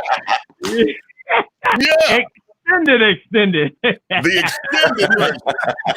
We're the extended version of the show. Like, did I do something? Okay, but I love it. It was a great song when we were worshiping. Speaking of worship, this dude right here, he's the dude. What more can I say? Y'all know him, Mr. Rain on Us, you know, Let Your Glory. All the songs about Jesus, he probably has sung them. Ladies and gentlemen, Mr. Ernest Pugh. What up, man? What's up, fam? What's up? Kerry, you good? Hey, Everybody good? I'm excited to be on here with everybody. Hope you've been enjoying the show. You been enjoying the show? Who, me? Yeah. No. Absolutely. I done got baptized 3 times during this whole service, so I'm good. You were just learning the spirit right then. I noticed it. Yeah, there you go. Hey, man. So your journey with Blacksmoke Records, man, has been, man, it's been good for you because your songs have done extremely well. Matter of fact, the current one now is you're fighting 1 and 2. Y'all rotating, man. Tell me about that journey for you. Well, anything that I do, I'm able to safely trust Kerry Douglas to handle the promotion side of it. If Kerry hears it and he has an experience, his mindset is he wants the whole world to have the same experience that he's had. So he did it with Rain on Us. He did it with I Need Your Glory. He's doing it with God Wants to Hear You. I didn't want to put God Wants to Hear You on this record because it had been so long since I came back and I had all new music. But you know, Mr. Douglas, he really doesn't take no for an answer. So when he said that he felt that God was really leading us to bring God Wants to Hear You to speak to the nation concerning all that we've been through, I can clearly see the wisdom of his decision. Definitely made sense. So, Kerry, other than his ability to be able to sing, because let me ask you this. I don't want to assume. When you're choosing an artist to be on your label, is it such thing where they can really blow, they're really talented, but they're not a good person, and you say, nah, I'm gonna pass? Or is it a time where you say, hey, man, they're a really good person, talent, need a little work, I'm gonna go ahead and sign them? Him, it wasn't the latter. It wasn't probably either one of them, but tell me, has there ever been a situation like that? Well, let me just tell you this. First of all, let's go back to what we talked about earlier about sometimes, like I met Ernest at a concert with James Fortune, and we connected, we talked, and we took a ride and we rode to listen to some music, and the song touched my heart, and Ernest played it, and I was just excited about that song "Rain on Us," and we just put it out, and we just been working together ever since. I mean, he's like godfathered into the Blacksmoke. He's never going anywhere. I'm not going anywhere. Me and Ernest Pugh just have a great working relationship. I love the way his work ethic is and all that. By the way, he did not want to do I Need Your Glory either. No. So I don't really listen to what that was one of those anointed conversations. Well, I mean, hey, whenever you've been godfathered into something, that's a whole lot. That's different than being grandfather. Then you was godfather then, so just hush and take this ride. Yeah. There you go. But I gotta say this about Ernest Pugh. He's one of those artists that will grind as hard as you will grind. He'll get out there. He'll make it move. He's gonna do what it takes. Yeah. He's a heaven sent for me, and I'll always be working with him. He has his own label also, so we partner together on certain albums and things like that. He might take off and do his own thing, but come back home. And I spend time. Always come back. And I spend time, and I try to teach these guys, and pour into them, and let them understand what it is. And at this point, Ernest, James, some of these guys, they get it, they got it, they've been around long enough, and we just work together. And I'm sure Brian knows that feeling. I mean, I think we have to start educating the artists and the people that we work with now. Exactly. Yeah. Instead of, back in the days, the labels used to try to keep the artists in the blind. And when that happens, that leaves room for anyone to come in and manipulate. Yeah. Correct.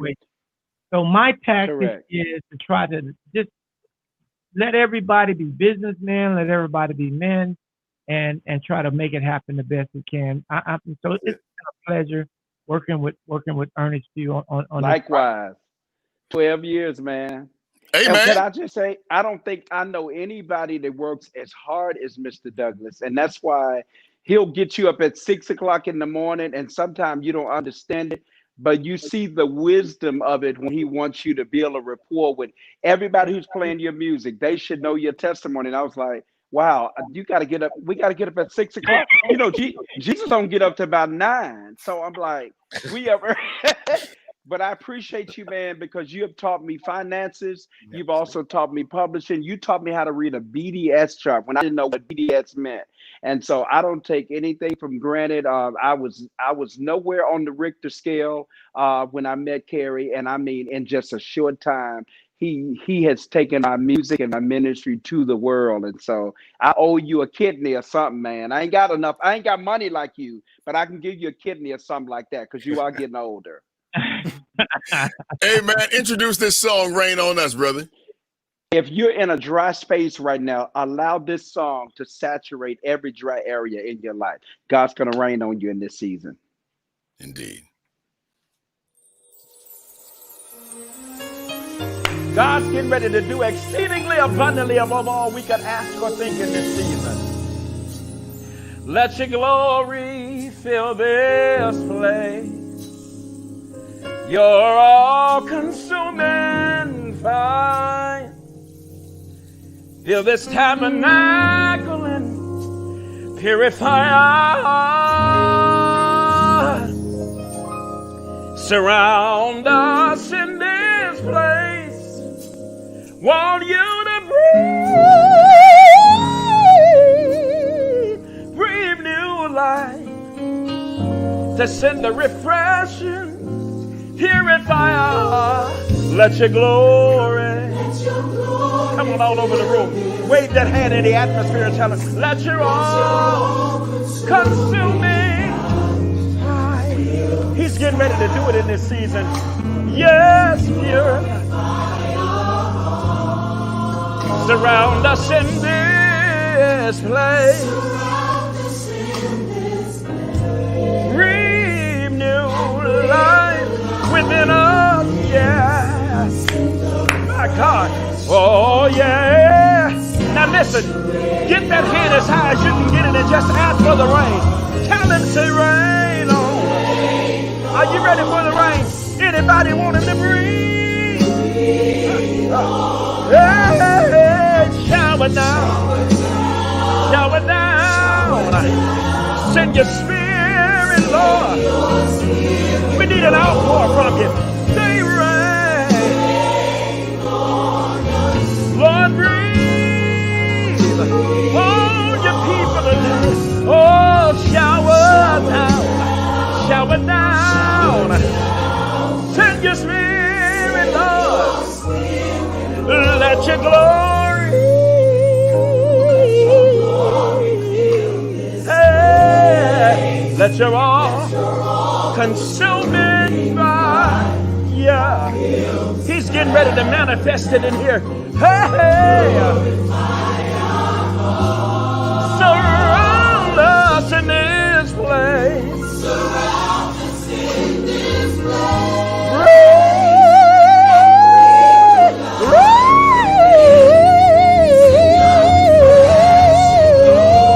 To the refreshing, Lord. Somebody's waiting thirsty for it. Say rain. Hallelujah. Hey, rain. Come on, ask him for it. Hey, shower down. Shower down.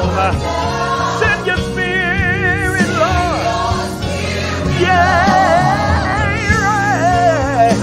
Hallelujah. Lord, breathe. Woo. Come on and say, hey, shower down. Anybody need a miracle out there? Anybody need a breakthrough? Hey,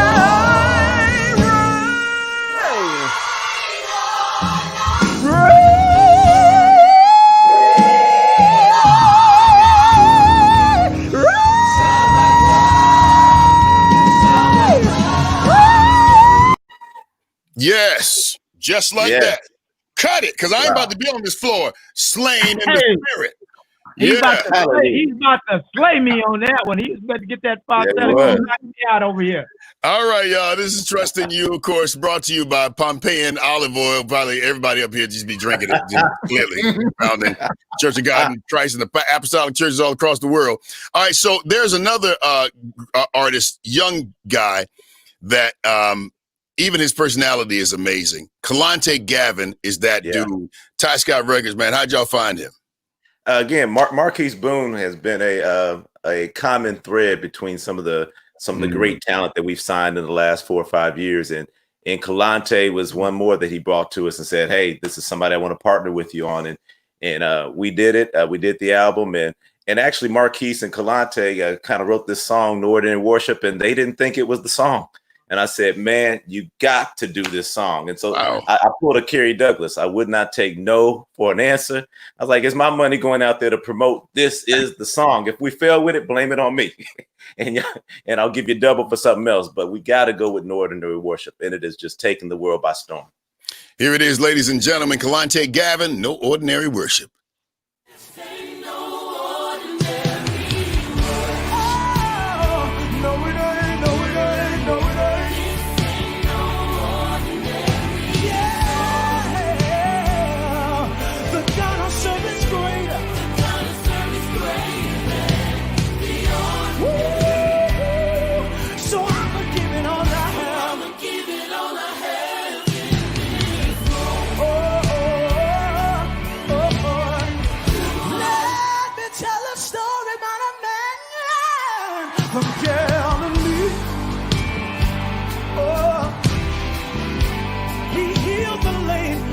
The blind to see.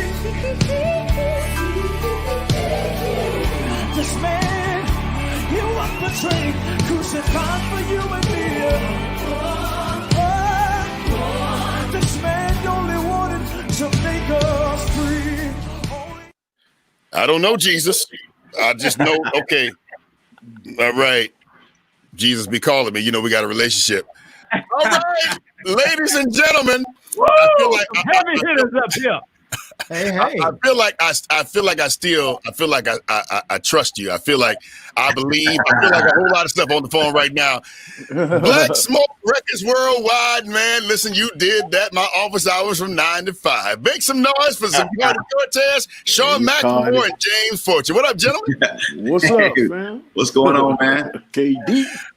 Oh man, I'm winning. So, you guys took Blacksmoke Records to an entirely different level.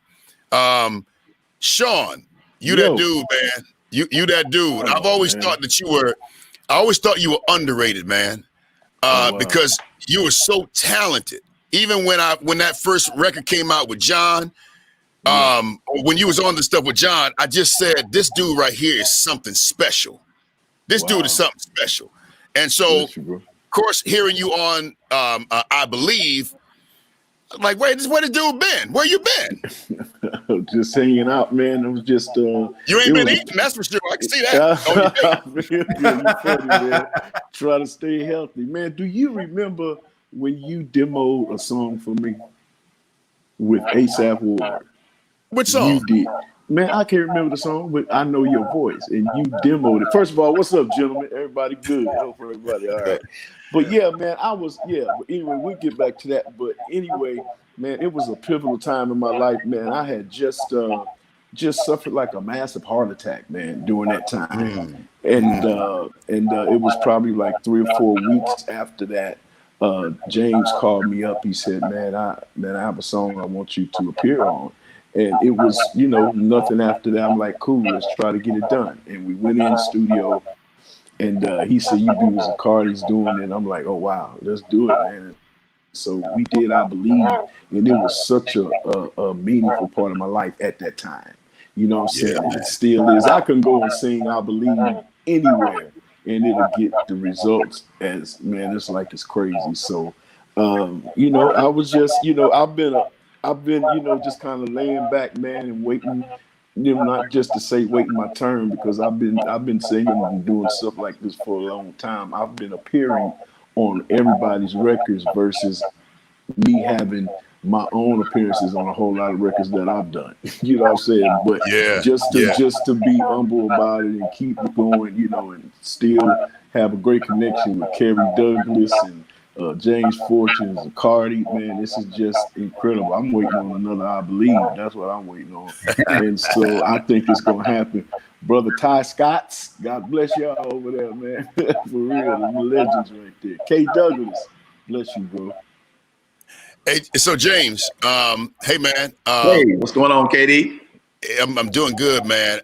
You were just this light-skinned dude, man, with the eyes on the project. And you get the projects, you sit there like you don't really hear it, and you don't make the correlation.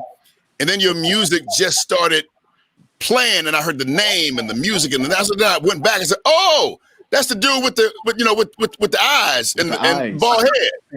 Hey, bro, you got something on you, man. When did you know that what you had could, in fact, change the world, man? Like, at least touch it. Oh, man. Man, I think it was, I would have to say, I think it was I Trust You. I think when I Trust You came out and I was able to, of course, being a PK pastor's son, at my dad's church, I was hot. That was locally at his church, of course, but that didn't translate to me to think that I could ever do anything on a national or international level. So, I got to just take a moment and pause and just let, Kerry Douglas, man, like, I'm sure you want one of these people, Katie, but he had to literally be Blacksmoke, and nobody wanted to play You Survived, I Trust You. They said it sounded too much like Kirk Franklin. It wouldn't work on radio. It wasn't original. And that song, I Trust You, man, it was hard. And I watched Kerry struggle. I watched we hop in cars and vans and shout out to Keith Wonderboy Johnson, who was out there grinding with us as well, who kind of taught me to grind and what to do as well. But it wasn't easy, man. But Kerry really believed in me. When I first came to Kerry, he didn't want to sign me. He passed over on me. And then all of a sudden, I had a friend in Houston that played this song I had written called You Survive. Anthony Valerie. And so Kerry riding in the car, he was going through divorce. He called, he thought it was Griego Quinn. He was like, man, who was that song? He thought Griego Quinn had dropped another hit. He didn't even know about it. But they told him who it was, man, and they called and connected us. And so then he decided to sign me then, man. See how God, he made him, he had to humble himself that he wanted me there. He wanted me there. But that's how I made him connected. Hey, KD, he brought me a lot of that contemporary stuff. So I told him to go back to the drawing board. Okay. He came back with a beast of a song. It was called You Survive. And at that time, everybody's trying to say he was sounding like Kirk Franklin. I said, no, he's in a lane all of his own, because he's really ministering over the music. He's not just, talking.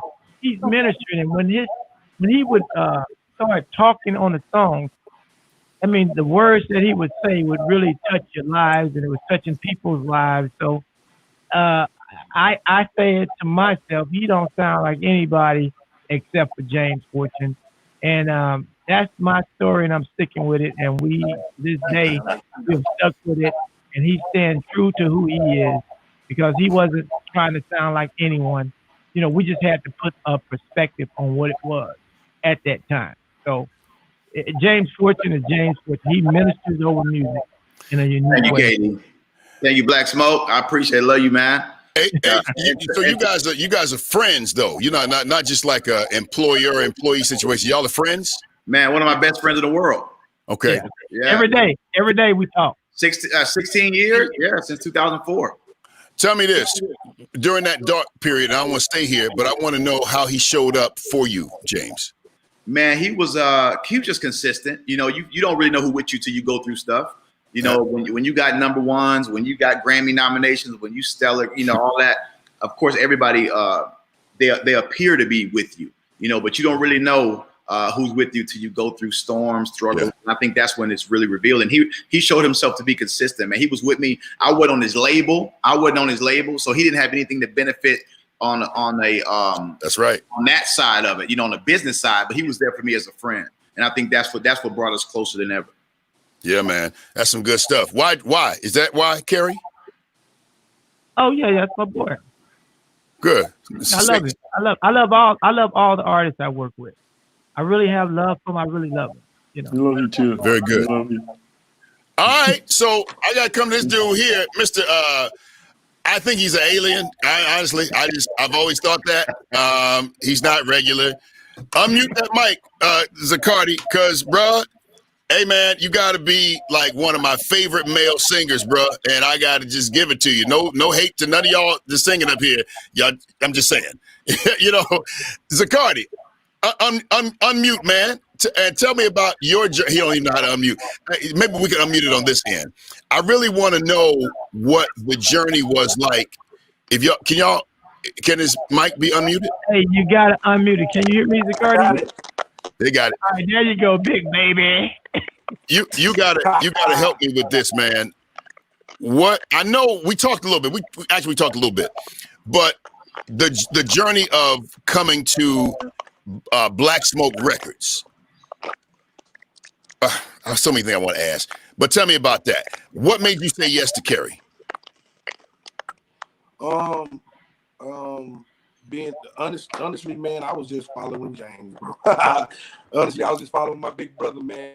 And, me and James kind of started with Kerry together. You know, as soon as Kerry started working with James, he was pretty much working with me because I was working with James. So, James signed to Kerry, and a few years down the line, I was like, yo, I'm gonna follow James, man, because you know, it was going so good, and God was blessing us, man. And James was dropping number ones, and Kerry was just a great guy to work with. He easy to work with, but hard to work with. But once you get to know him, you know what I'm saying. It's real easy to work with Kerry, and once you understand him, you know y'all relationship is gonna be the greatest. But you gotta understand, my man. That's my boy, though, man. I love Kerry, man. That's my guy. Hey, man, that's good because I do want to go here because you know when we talk about brothers whose fathers really wasn't there like we would have preferred, especially in our community. Sometimes it's hard to listen to a man, especially an alpha male, trying to tell you, you know, what to do and how to do it.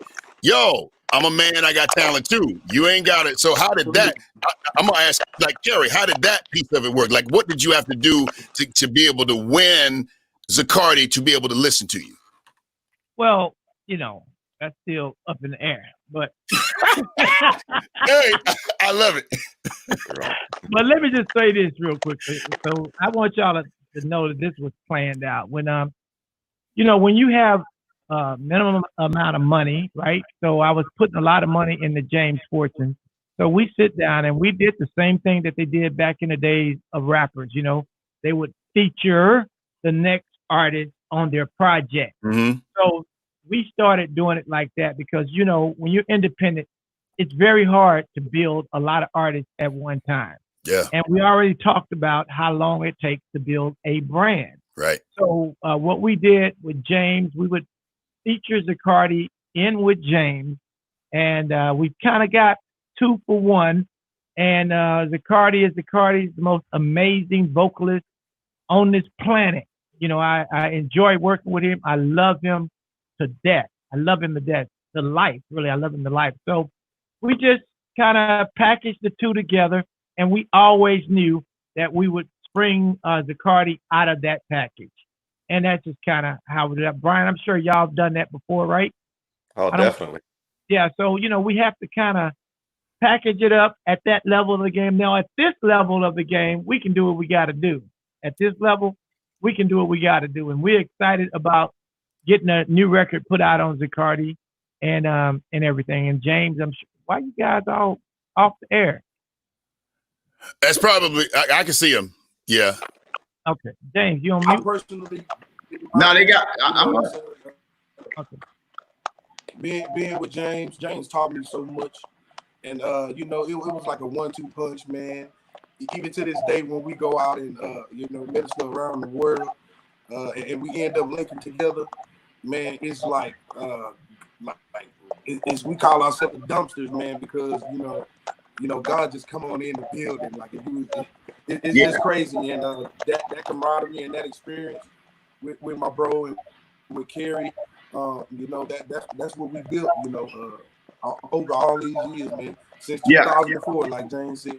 Yeah, I've seen, man. It was honestly like starting out. Of course, I couldn't sing. I'm not a singer. I don't claim to be this vocalist, but it was like from the You Survived album. Me and Zaccardi went on a tour, the One Church tour, and man, it was just me and him out there. We had 5 minutes before Smokey and Risen and Kurt Carr and Vicky Yohe, and man, it was just from that point on. That was in 2005. From that point on.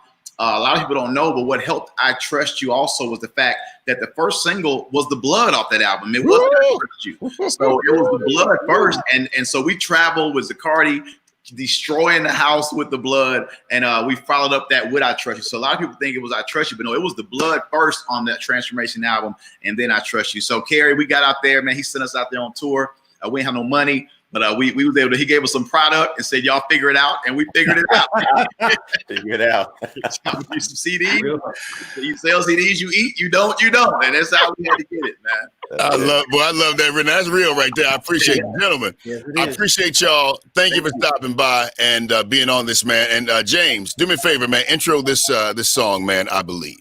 Man, this song, I Believe, man, simple message, but I thank God for Zaccardi, Sean McLemore. I was a huge fan. I've been watching Zaccardi since he was like 8 or 9 years old. And Kerry Douglas is a song that has touched millions of people all over the world. I Believe. Yours truly featuring Zaccardi Cortez and Sean McLemore. Let's keep. The storm will soon be over. I believe the rain will go away. I believe that I can make it through it.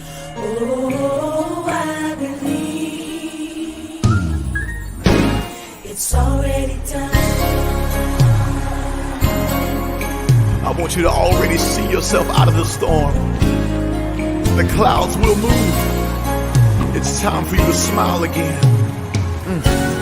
Come on, Sean. I believe my family will get better. I believe God will provide. I believe the promise that He made.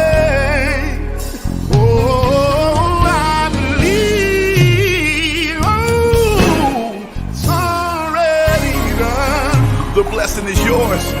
God's already pre-approved you for it. Come on, Zaccardi. I believe that my God is a healer. Yes, He is.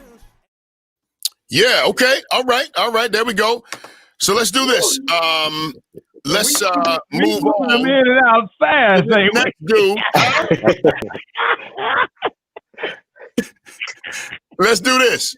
This next dude has a record that first of all, I didn't know where it came from. It hit radio. 1-2, Mike Tyson coming back out of, that video that's going around. Ladies and gentlemen, Pastor Mike Jr., what's going on, man?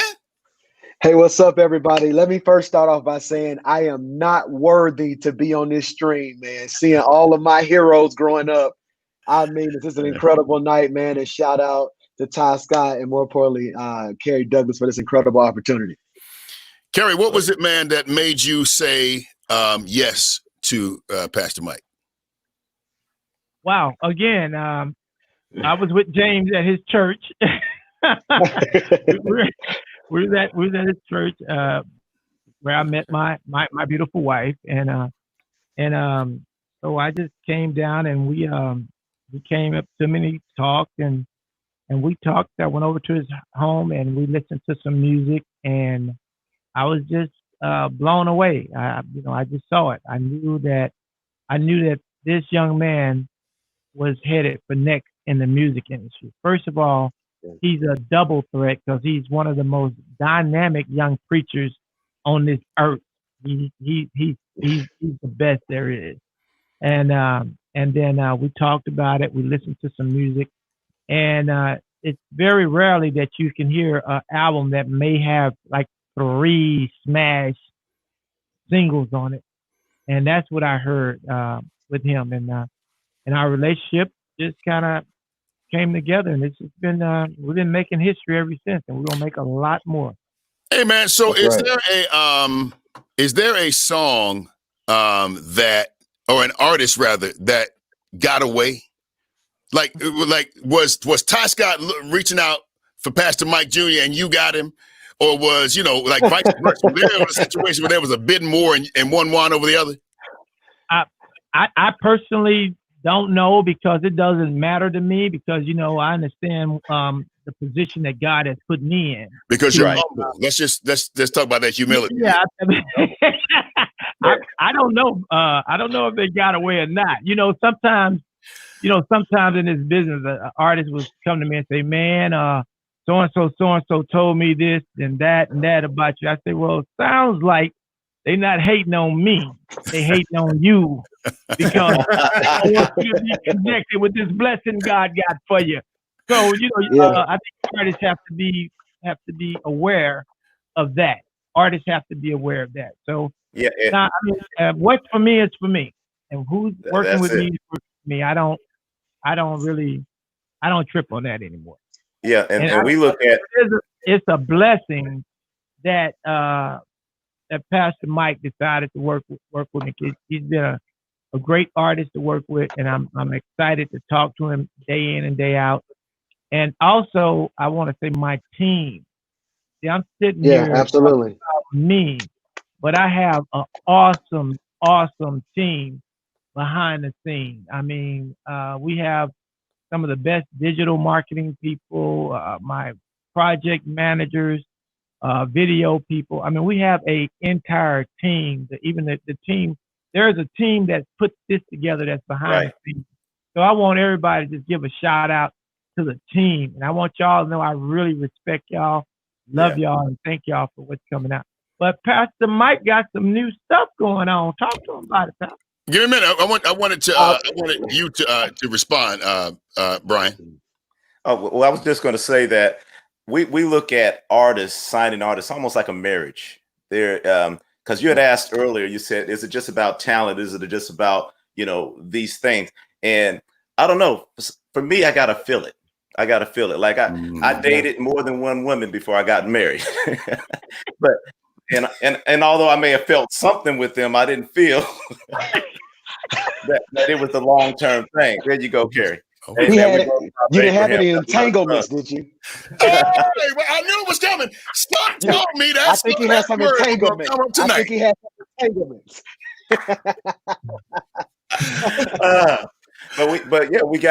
We just gotta feel it, because it's going to be a long-term commitment. And we let Kirk Franklin go. Kirk, we recorded the Trinity Temple Full Gospel Mass Choir. Kirk wrote most of the album, was on it, and he came out to the truck, said, I got a tape. He was a little excited, and I listened to it and I thought it was cool. I thought it was actually good, but it wasn't for us. I can't say that the same thing would have happened to Kirk if he would have signed with me. Right. That happened with him signing with Vicky. I can't either say the same thing would have happened with John if he would have signed something else.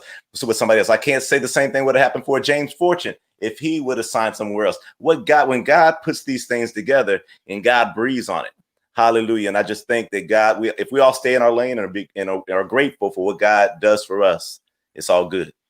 Very spiritual answer. I think I'm grateful. You let Kirk Franklin get away. Grateful. I just wanted to put that out. Very spiritual answer. But you let Kirk Franklin get away. Okay, that's all right. Go ahead, Bishop Junior. Go ahead. I think I'm grateful, man, because I can echo the sentiments. I knocked on almost every door I could find, man. I was trying my best to get the music out there, but I believe what they're saying at Tyscot is the truth. Being with Kerry Douglas, the right situation breeds success. He kind of allows me to kind of nurture and flow in the gifts that God has given me, and I'm excited about that, man. I think had I been with any other label, they probably would have tried to put me through a certain cycle or a certain machine. But I believe it's the divine connection that you get when you connect with the right people that helps you flourish in certain seasons. Introduce this next song, man. It's the hit, brother. Which one are we doing, Kerry? Are we doing big? Are we doing big? Are we doing the single, the new single?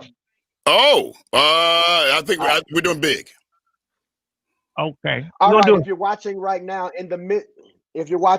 I want to submit to you that you will prosper in the midst of a pandemic, regardless of what you're going through. I believe God is still up to something big in your life. Share this tweet right now. Let's go. It's going to be big. It's gonna be big. Hey, listen, I don't know about you, but I'm excited about my future. Why? It's gonna be big, yeah. And it's gonna be big. I'm running into destiny, shouting into my promise. Why? God's gonna open the windows of heaven. Pour me out a blessing. I won't have room. Won't be complaining. Can't even try to explain it. But it's gonna be big. God is gonna blow your mind. God is about to blow my mind. Yeah.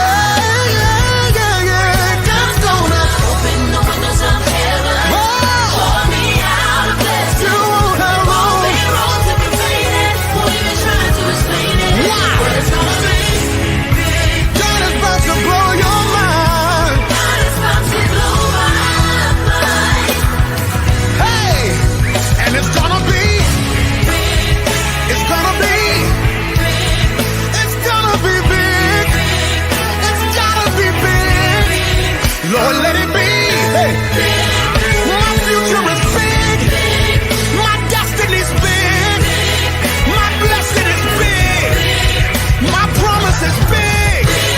The new job will be big. My future is big. Lord, let it be big. And it's gonna be. Hey. All right, folks. Listen, we have had an amazing time here tonight. I really am grateful for the opportunity to have hosted this amazing collaborative Tyscot, Blacksmoke. Man, you guys have, 75 years? Man, I pray you have very many more, because what you do and what you have is necessary. All right, I'm going to give you guys your final words to say, but I just want to make sure that we play this song from James Fortune.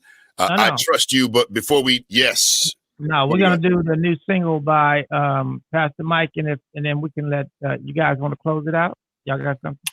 Ladies and gentlemen, what just happened is some boss CEO stuff. See, what happened is a phone call happened from this phone right here, probably. He said, listen, what's going to happen? Y'all can throw that little script you have away, and we're going to... Well, you know what? This is a debut video. It's called I Got It by Pastor Mike Jr. Everybody's expecting his new song, and this is going to be the first time this video is seen anywhere in the world. Yeah. Period. Yeah. So you want to do we that? all going to enjoy it. Everybody's going to enjoy it because we worked real hard on it, and it's got a lot of interesting things in it. So hope they have it ready. If y'all can, once y'all put on the video by Pastor Mike Jr., his new single, and then we're going to come back and close it out. Fair enough? Ain't nobody do me like you, Jesus. Ain't nobody do me like you, Jesus. Ain't nobody do me like the Lord, yeah. Ain't nobody do me like you, Jesus. I give you glory, yeah. I give you glory, yeah. I give you glory, yeah. I give you glory, yeah. I give you glory, yeah. I give you glory, yeah. I give you glory, yeah. I give you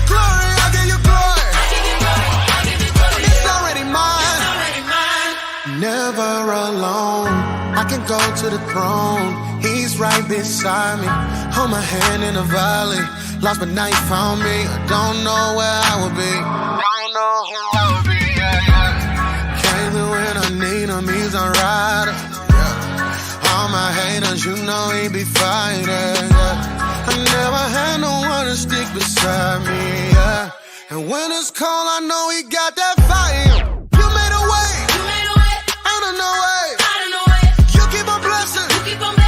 Every day. Fight on my battle. You say the day. That was all up in that, man. Come on, Doc. Wow, that was good. Love that. Hey, did y'all get the pandemic? Got it. All right. That was social. That was like done during the social distancing. Yeah. There wasn't nobody close in there. I noticed that. No. We made it work. Indeed. Okay. We're closing out. Well, let me just say this. I thank you guys for allowing me to be a part of this. I really appreciate you. And anytime I can be of service, guys, just let me know. Thank you. Closing? I'll go first. First of all, I want to thank Kerry. This was his idea. You know, he came to us, wanted the 2 Black-owned labels. First, it was a battle, and I prayed about it. So spiritual, and actually Sydney prayed about it too. And we're like, you know, in this climate, we need to come together for a different reason, and that's to show how 2 Black-owned labels can come together and show the world that there's hope, and give the world encouragement. So thank you, Kerry, for spearheading this. I know you put a lot of work into it, and like James Fortune said, you would call him at 6. You've called me a few times. Brian, what you doing? We got to make this work. So I appreciate you. I appreciate our staff. I appreciate Bill and Jeff and Claudius, Bree, Sydney, for all working to make this happen. And Leighton, Leighton, I appreciate him. But I wanted to take just a moment, if we could, my daughter Bree. And I was thinking Happy birthday to you. That's it. Right. If we could sing happy birthday to Bree real quick. Happy birthday to you. Happy birthday to you. Happy birthday, dear Bree. Happy birthday to you. Thank you, Bree. That's my alpha child. That's my oldest. She's 29 today, and I was thinking for a minute that Kerry's youngest was going to share a birthday with my oldest, but it hasn't happened yet. Kerry has not yet, but we looking like we're gonna be good around Tuesday or Wednesday. We gonna be good. But anyway, look, guys, I just want to thank you guys from the bottom of my heart. KD, we got a lot of history.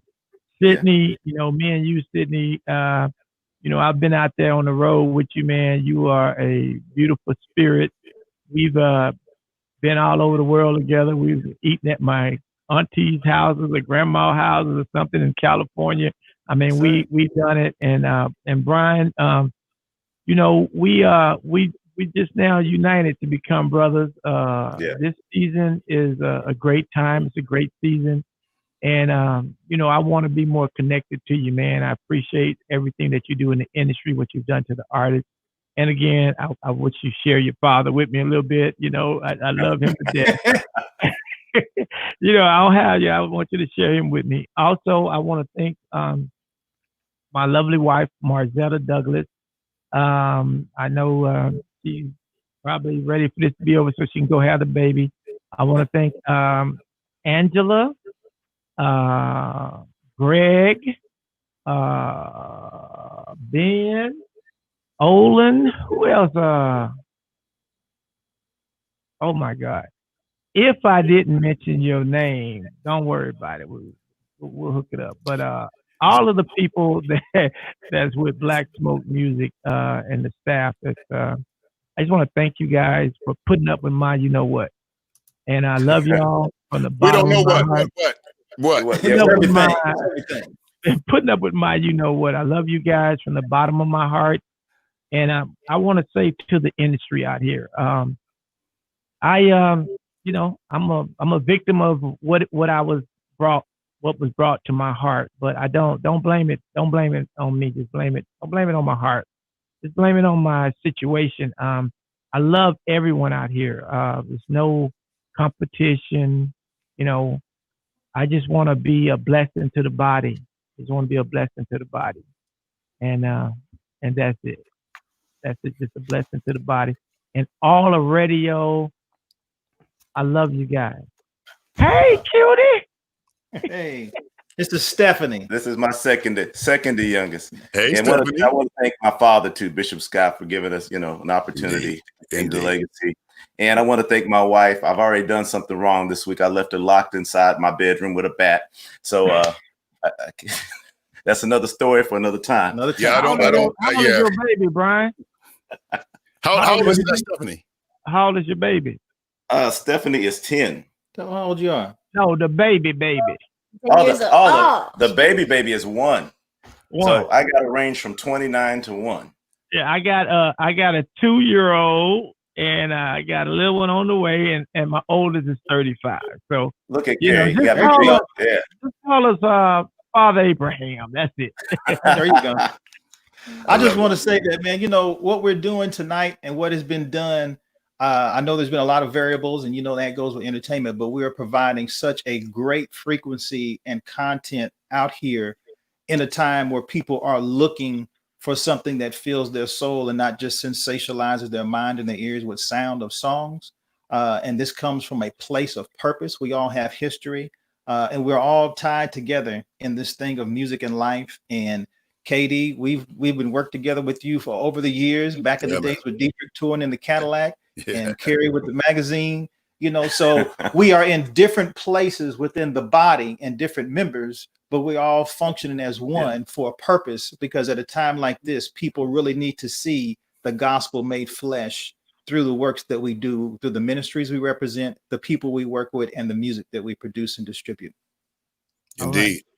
All right, y'all. Until next time, love y'all. And Kerry, be on the lookout for my Cash App. We got one more song to close with. I think it's the reason why we came together. I will try to close with Anthony Brown and Group Therapy. I trust you. Good night, everybody.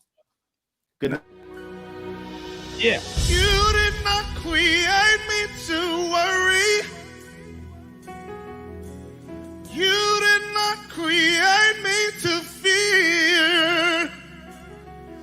But you created me to worship daily. So I'ma leave it all right here. Help me say yeah. You did not create me to worry. Help me say yeah. You did not create me to fear. But you created me. You created me to worship daily. So I'ma leave it. So I'ma leave it all right here. That's it. You did not create. You did not create me to worry. You did not create me to fear. Yeah. But you created me. You created me to worship. That's it. Daily. So I'ma leave it. So I'ma leave it all right here. Here's your part. My hands are raised. My hands are raised because I surrender. Hallelujah. Your will is what's best for me. Best for me. Oh, I worship you. I worship you because you're Jesus. Oh, because you're Jehovah.